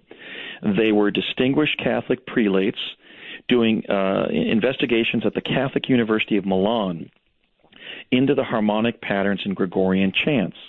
And when they made a change on a specialized microphone, something that Gemelli's father had said to him in childhood came through the device. And they realized, well, wait a minute. There's some connection, obviously, here to Agostino, but we've just created a portal of sound between the present and his childhood. We've just accidentally discovered a time travel device. Okay, so one decision could have governed whether you ended up working on chronovision or waveguide propagation at ITT Defense Communications at that time. But the reason that I know that you worked there is simply I met you there, and because of the way you responded to her statement that she was going to put you up on report, you kind of honorably defended your whole name, and then you kind of flirted with her and said, well, I did a lot of that back then. Yeah, and it kind of fits. I think it listen, fits the level of personality. Andy, this is where we stop, and I'm going to open phone lines. Okay, You willing to face the public? Oh, absolutely. But I had to share that with you, and I think, again... Oh, thanks for blowing my mind. I know it would blow your mind, but we think of timelines as concrete highways, but they're not. They're holographic, so they're semi-overlapping. I will only say this. What we were working on at the time at IT&T was for NATO, and I'm going to stop right there. And, oh, my God. So I'm going to open the phone lines. Here it is, folks. Our public number is area code 952. How could he have known that? 952-225-5278. Area code 952-225-5278. If you want to call us on Skype, you can do it. We in North America, Canada, it's MITD51. MITD51. Outside of North America, it's MITD55. MITD55. All of that said, Andrew, here it comes. Let's try Matthew, I believe, on Skype. Hello. Yes, sir. This is Matthew, the Sunday school teacher. Okay. And it was not Noah or Job that was in the whale. It was Jonah. Jonah, yes. Jonah. Yeah, I got that. Yes. And if I just might say, you had a caller on the other night saying that 666 was part of Babylonian astronomy from the book of Daniel. That is incorrect. Okay, it's from the book of Revelation. Thank you. Thank you for that. Now, if you would concentrate, we don't have a lot of time, so if you have a question for Andy. Yes, I wonder how he brings up his challenges against the Pope of Rome. This is a wicked and idolatrous doctrine. I want to just say, rest in peace to J.C. Webster III. Thank you very much, Art. I'll take my answer off the air. Rest in peace, J.C. Well, I wasn't criticizing the Pope or the Vatican. I was just simply stating the historical fact that I learned from my father that one of the, like his own work repeating Tesla's teleportation experiments at the Edison labs in the late 50s and early 60s, another major technical input into Project Pegasus was Vatican technology. The Catholic University of Milan is a Vatican institution, and hence the Vatican had control over the chronovision technology that Ernetti and Gemelli developed beginning in the 40s. Okay, there was something very familiar about that voice that I just heard, and I just want to state, if that was JC's son, you have my condolences. Hello there, on Skype. You're on the air with Andy. Hi, Art. This is Celestial from Montana. Okay, Montana. Roswell's. I want to ask your guest, please tell us about your connection to Obama, because I know you have a connection with our president. Okay. Yes, and in fact, that's a connection that the president has affirmed factually through an intermediary to my team consisting of William Stillings and Bernard Mendez. Barack Obama, utilizing the name Barry Soetoro, was a participant in the Mars Jump Room program, and his participation has been affirmed by 3 fellow participants, myself, William Stillings, and Bernard Mendez. He was then using the name Barry Soetoro, and like my father Raymond and William Stillings' father Tom Stillings, his mother or adoptive mother, whatever the truth of that is, Stanley Ann Dunham, frequently audited our training courses at College of the Siskiyous in summer of 1980. During that summer, I briefly roomed with President Obama. He was a Muslim belonging to a specialized sect of Islam, the Subud sect of Islam from Indonesia. But I did find him praying to Mecca at about 4 o'clock one night when I came back to our dorm room that we shared. I sometimes ran into Barry, as we called him, in Los Angeles during those years. I sometimes would encounter him at the jump room facility at 999 North Sepulveda, which was a Hughes aircraft facility in El Segundo, California. And I was on several jumps with him, including about 5 exploratory jumps in a team of 3, with Bernard Mendez serving as our senior officer.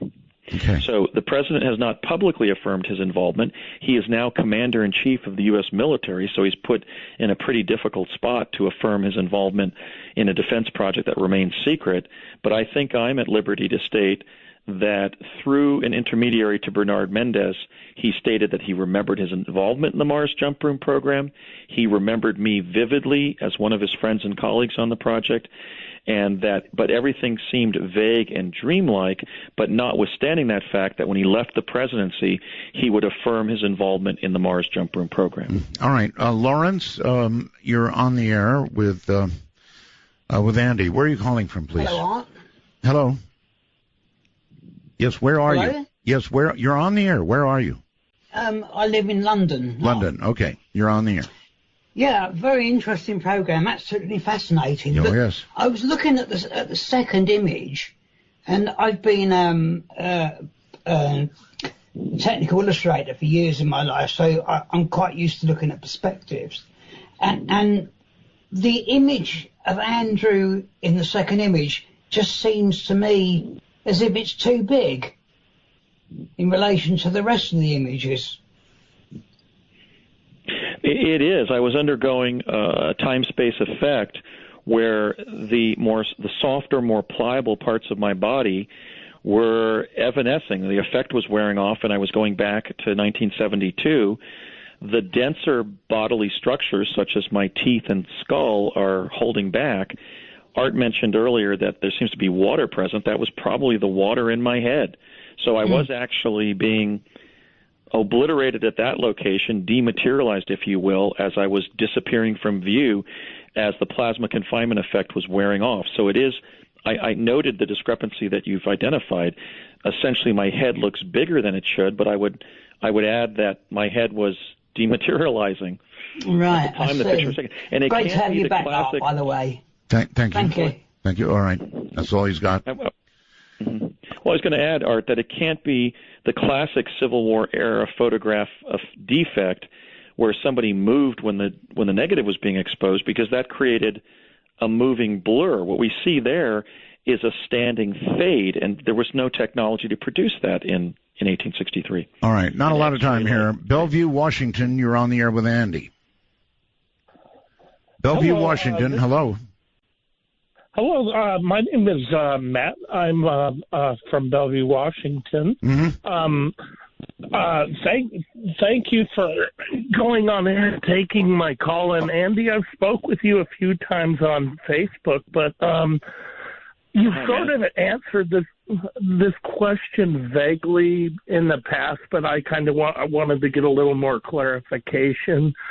You, of course, in tonight's episode, they're talking about the chronovision and going back and forth in time and such, but you also have the experience with the Mars teleportation. Okay, sir, we need your question right now, please.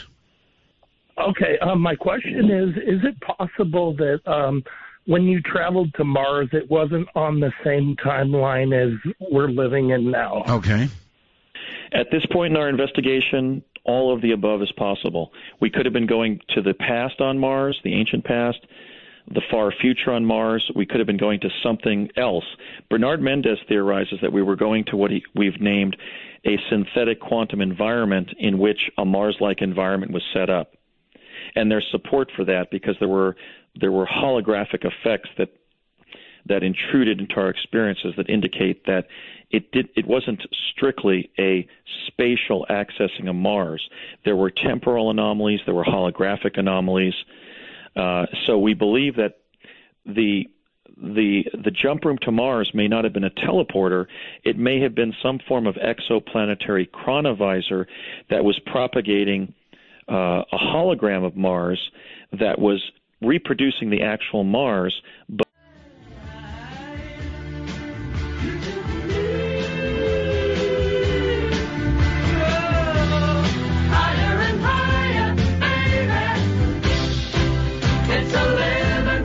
Midnight in the Desert, exclusively on the Dark Matter Digital Network with Art Bell. Invite you to call now, 1-952. Call Art, that's 1-952-225-5278. Well, okay, on the wormhole, Kelly thinks I may have mentioned working just briefly for ITT in The Art of Talk, book I wrote back in 98. So I'm not sure about that. I'll have to check it out. If I did, it was kind of an obscure reference. But Andy certainly blew my mind with this. Andy, you're back on the air again. Yeah, Art, I think the analogy is to the Lincoln assassination. I mean, the 6 or 7 times I was sent there, a lot of minor details changed, but every night Lincoln did get assassinated. I think the analogy to your life experience is that on at least 2 adjacent timelines, you were at ITT Defense Communications in fall of 1971, but you were working on different secret defense applications. Mm-hmm. And that's the nature of the alternate timelines. We find the same people doing similar things, but sometimes there's a slight difference in what they're doing. But it does put you in the same location, and that's my interpretation. I didn't think when I was holding this quantum bombshell that on this timeline you were a Project Pegasus participant, because I had figured out the way that my own movement between timelines altered the data from the early 70s. I mean, that acclimation trip out to ITT Defense Communications probably took place around October 20th of 71. And but it was on another timeline. And here we find you at that defense contractor involved in secret defense work, but of a different nature. Yes. And I think that's almost a perfect example of the way in which the alternate timelines, at least the adjacent ones, are similar, holographic, semi-overlapping, but slightly dissimilar, in this case, what you were working on. I'll say this, Andy. I talked about motive for a book and a movie. You sure as hell ought to proceed with it, because you definitely got it down. I mean, it's so believable because of the way you deliver with such confidence. And look, here we go. Biff, on Skype, you're on the air with Andy. Hello. Hello. I got a quick story from the Civil War photo. Actually reminded me of a story I heard from my great-grandfather. He was back in the 1890s, encountered a blacksmith, did a really bad job with a horseshoe. My great-grandfather was not a nice man at all, threatened to kill this blacksmith, and before he could do it, the blacksmith and a strange young man, they disappeared on a train, and I'm wondering if Andy knows if that's connected to Project Pegasus at all. I'll take my answer off there. All right. Thank you. It certainly could have been, but since, the ultimate historical thrust of my account is that time travel actually emerged and was fully operational by 1970, which is sort of the year that I peg everything on. Everything was fully operational by 70. There's really an unlimited field in the future from which time travelers could be coming back to any date. So my answer would be it could have been a chrononaut from Project Pegasus or a chrononaut from some other future project. Well, people certainly do disappear, don't they? Hazleton, Pennsylvania, you're on the air. Hi, I have to turn my radio down here. Yes, you should do that before you get on the air, actually. Okay, I didn't want to miss any of the program. I see. Turn it off, please, all the way off. I have 2 quick questions for you. Right. I had a serious accident. I'm a musician, and about a year ago I had a serious accident with my hearing that did some permanent damage, causing distortion. If someone could go back in time, could they correct a problem like that or keep it from happening? And the other question is, when you went through this time period, when you went to different times and back, do you remember everything that happened? And did it physically change your body or the way you felt, or did it do anything physically to you that caused you to feel different? All right, both good questions. Thank you.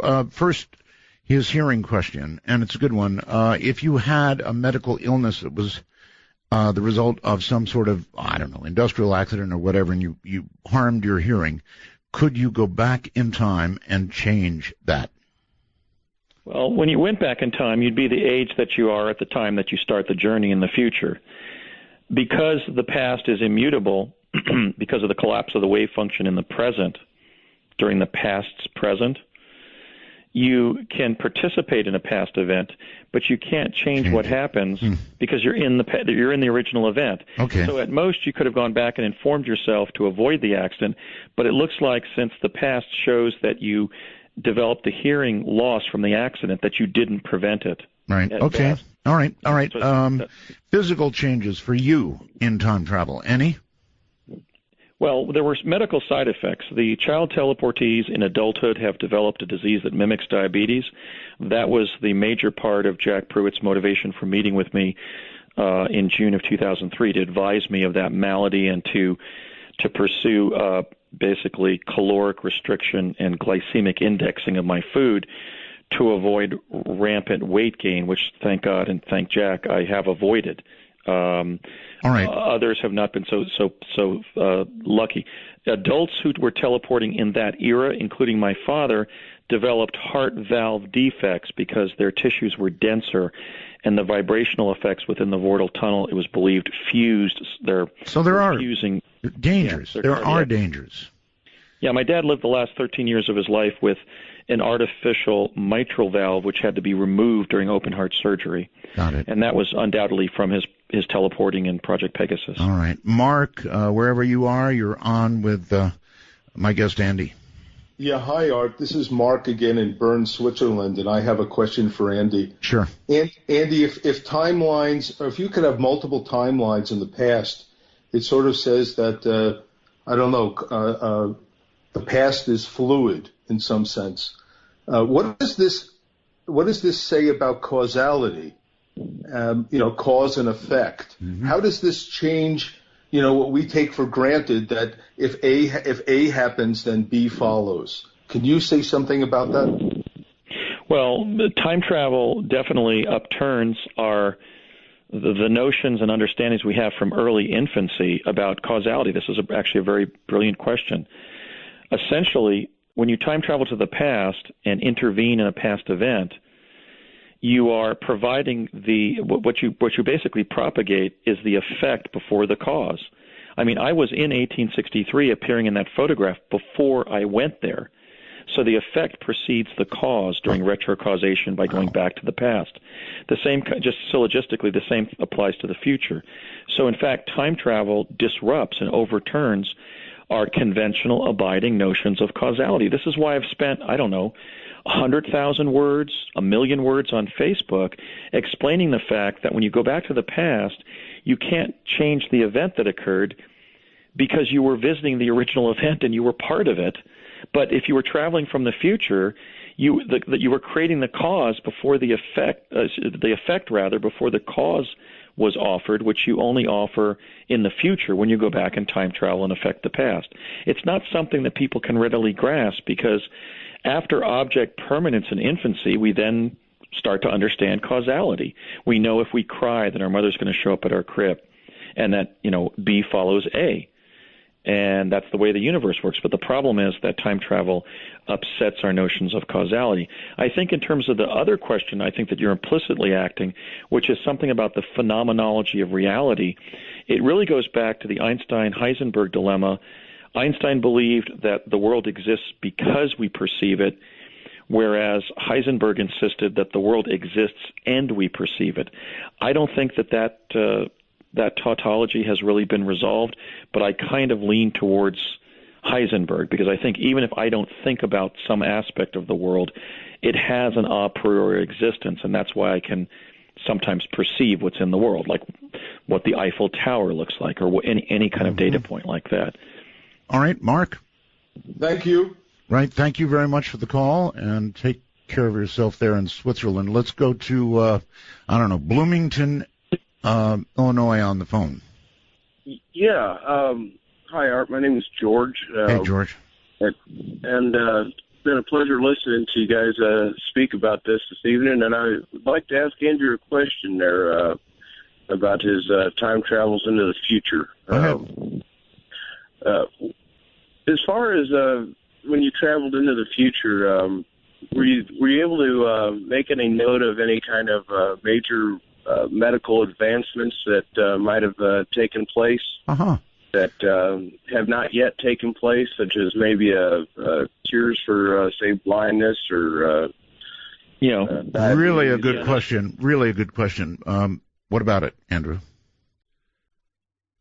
Implies or infers rather the question about whether ethically we should require the government to visit the future and bring back technologies that would be life advantaging. And I was told they didn't want to do that because they were concerned that the developmental timelines would not occur, and that, for example, a technology would be introduced that there would be no mechanics to repair or spare parts to repair. But your basic question is whether I saw any biological or medical changes in the future, and I did. Most of my time travel was to the past. I went to 2013 via Advanced Chronovisor, and then I teleported, maybe about 10 times to 2045 to pick up the summaries of intervening events between the 1970s and 2040s and bring them back to the early 1970s. One thing I noticed at that CIA building where I was retrieving those microfilm summaries of intervening events was that the young people were very tall.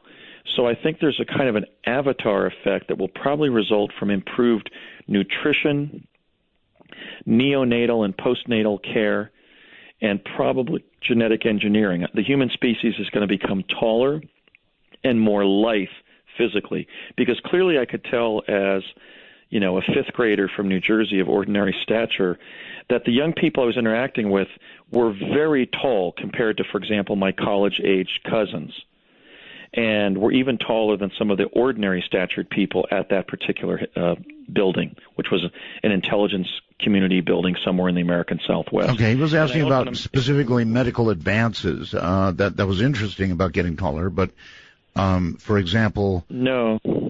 No, see, most of what I learned about the future was shop talk, because I only did those jumps. And, when you teleport to a particular location in the future, just like if you were to fly into New York City, the mere fact that you're there doesn't make you omniscient about the past, present, and future of that locale. You only get that thin slice of the quantum hologram that is your immediate experience at that time place, that location. So most of what I learned about what the future held relative to the early 1970s was what I overheard the adults in the project talking about at lunch, for example. All right. 9/11, and so forth. All right. Short on time. Jack W. on Skype. You're on the air. Hey, Art. Mr. Basiago, I got just an easy question for you. You said earlier that you're able to spend summers traveling abroad, kind of doing your own research. Where was some place that you enjoyed going and that you would go back to if you had a chance? No, I think that you're confused about what we were talking about. What I was describing was that in the summer of 71 and 73 and then 72, because we accessed the summer of 73 from fall of 71, we teleported to New Mexico, spent those entire summers there, and then when we teleported back to New Jersey, they set the teleportation device in New Mexico to deliver us back about an hour after we had originally left at the beginning of that summer. So I then experienced second summers of 71, second summers of 72, in which different life events occurred. Right. Okay, good. Asheville, North Carolina. You're on with Andy Basiago. Hi. Asheville, North Carolina, going once, going twice, gone. I'm here. Oh, you are there. Sorry, I missed you, buddy. You were just a little late. Trenton, New Jersey, you're on the air with my guest. Yes, I was hoping your guest could describe in detail the clothes that you were wearing, possibly when he met you. The clothes I was wearing. Art was wearing standard sort of technical clothes of the era, with a basic pair of pants and a tailored shirt with a pen holder, just the sort of the techie look of 1971. It did look like Art, and the individual did possess a kind of an august personality like Art possesses, but he also kind of backed off and flirted pretty assertively with our very beautiful facilitator, Elaine Gallagher. That's me. And she actually softened up, and I'm convinced that she didn't bring him up on report. But then again, that's not this Art Bell. That's the Art Bell on that timeline. But it was just conventional engineering-like clothing of that era. Okay, well, the Art Bell on this timeline remembers being like that for sure. On Skype, you're on the air. Hello. Hello, Art. Hello, Andy. Hi. By the way, that caller who was talking about the blacksmith was making a joke about a Back to the Future movie, the final Back to the Future movie, where he went and he talked about having a train. He was yanking your chain. Yeah, well, I can't resist. I haven't seen it, so I can't comment. Exactly. I've often wondered about the time travel thing. Shouldn't, like, those of us who aren't going anywhere be bumping into time travelers here and there? Like, in other words, wouldn't there be a cumulative effect of all these, more and more people doing this, and like more and more people bumping into them, such that it would kind of, become more known? It's a good question. I don't know how we would know we're bumping into them, but Andrew? That postulate, which comes up often, I think it was offered perhaps by Stephen Hawking even to debunk time travel, depends on the Blythe assertion, the Blythe corollary that time travel will become a widespread function in the future. I oppose that as a matter of law, policy, and philosophy, and I would actually enforce that ban as president, because clearly as I say often on Facebook, mass time travel by mass people on mass timelines would produce mass chaos. So, in fact, the reality of the externalities of having some people time traveling, for example, for the U.S. government, is that we would want it to remain a resource, an opportunity that would be limited in access by the public, or we would undermine the fundamentals of society. So the evidence really supports the notion that time travel per se will remain sequestered tightly within government circles. But what I'm advocating is the declassification and deployment of Tesla teleportation for real-time transport, which wouldn't involve an offset in time, but merely a more efficient way of getting from point A to point B. All right, Andrew, listen, we're out of time. Anything you want to promote, Facebook pages, web pages, your book, your movies someday? What would you like to promote? I'd just like to say it was a pleasure to finally appear with you and also to drop my quantum bombshell. I just really enjoyed the broadcast. I think it was a classic, and I just want to say that I'm so grateful to finally be on with you and to get so far into the material. I really don't have anything to promote except maybe my Facebook group, Project Pegasus, where a lot of my discourse on time travel goes on. But I will fight for the declassification of teleportation if the American people in their wisdom elect me their president. All right, well, good luck with that, and the Donald and Hillary and all the obstacles in front of you. Thank you very much for being here, Andrew, and looking forward to, I'm sure, another program one day. Take care, my friend. Take care, Art. Good night. That's the way to round out a week, huh? From the high desert to all the time zones in the world. Yikes. Good night.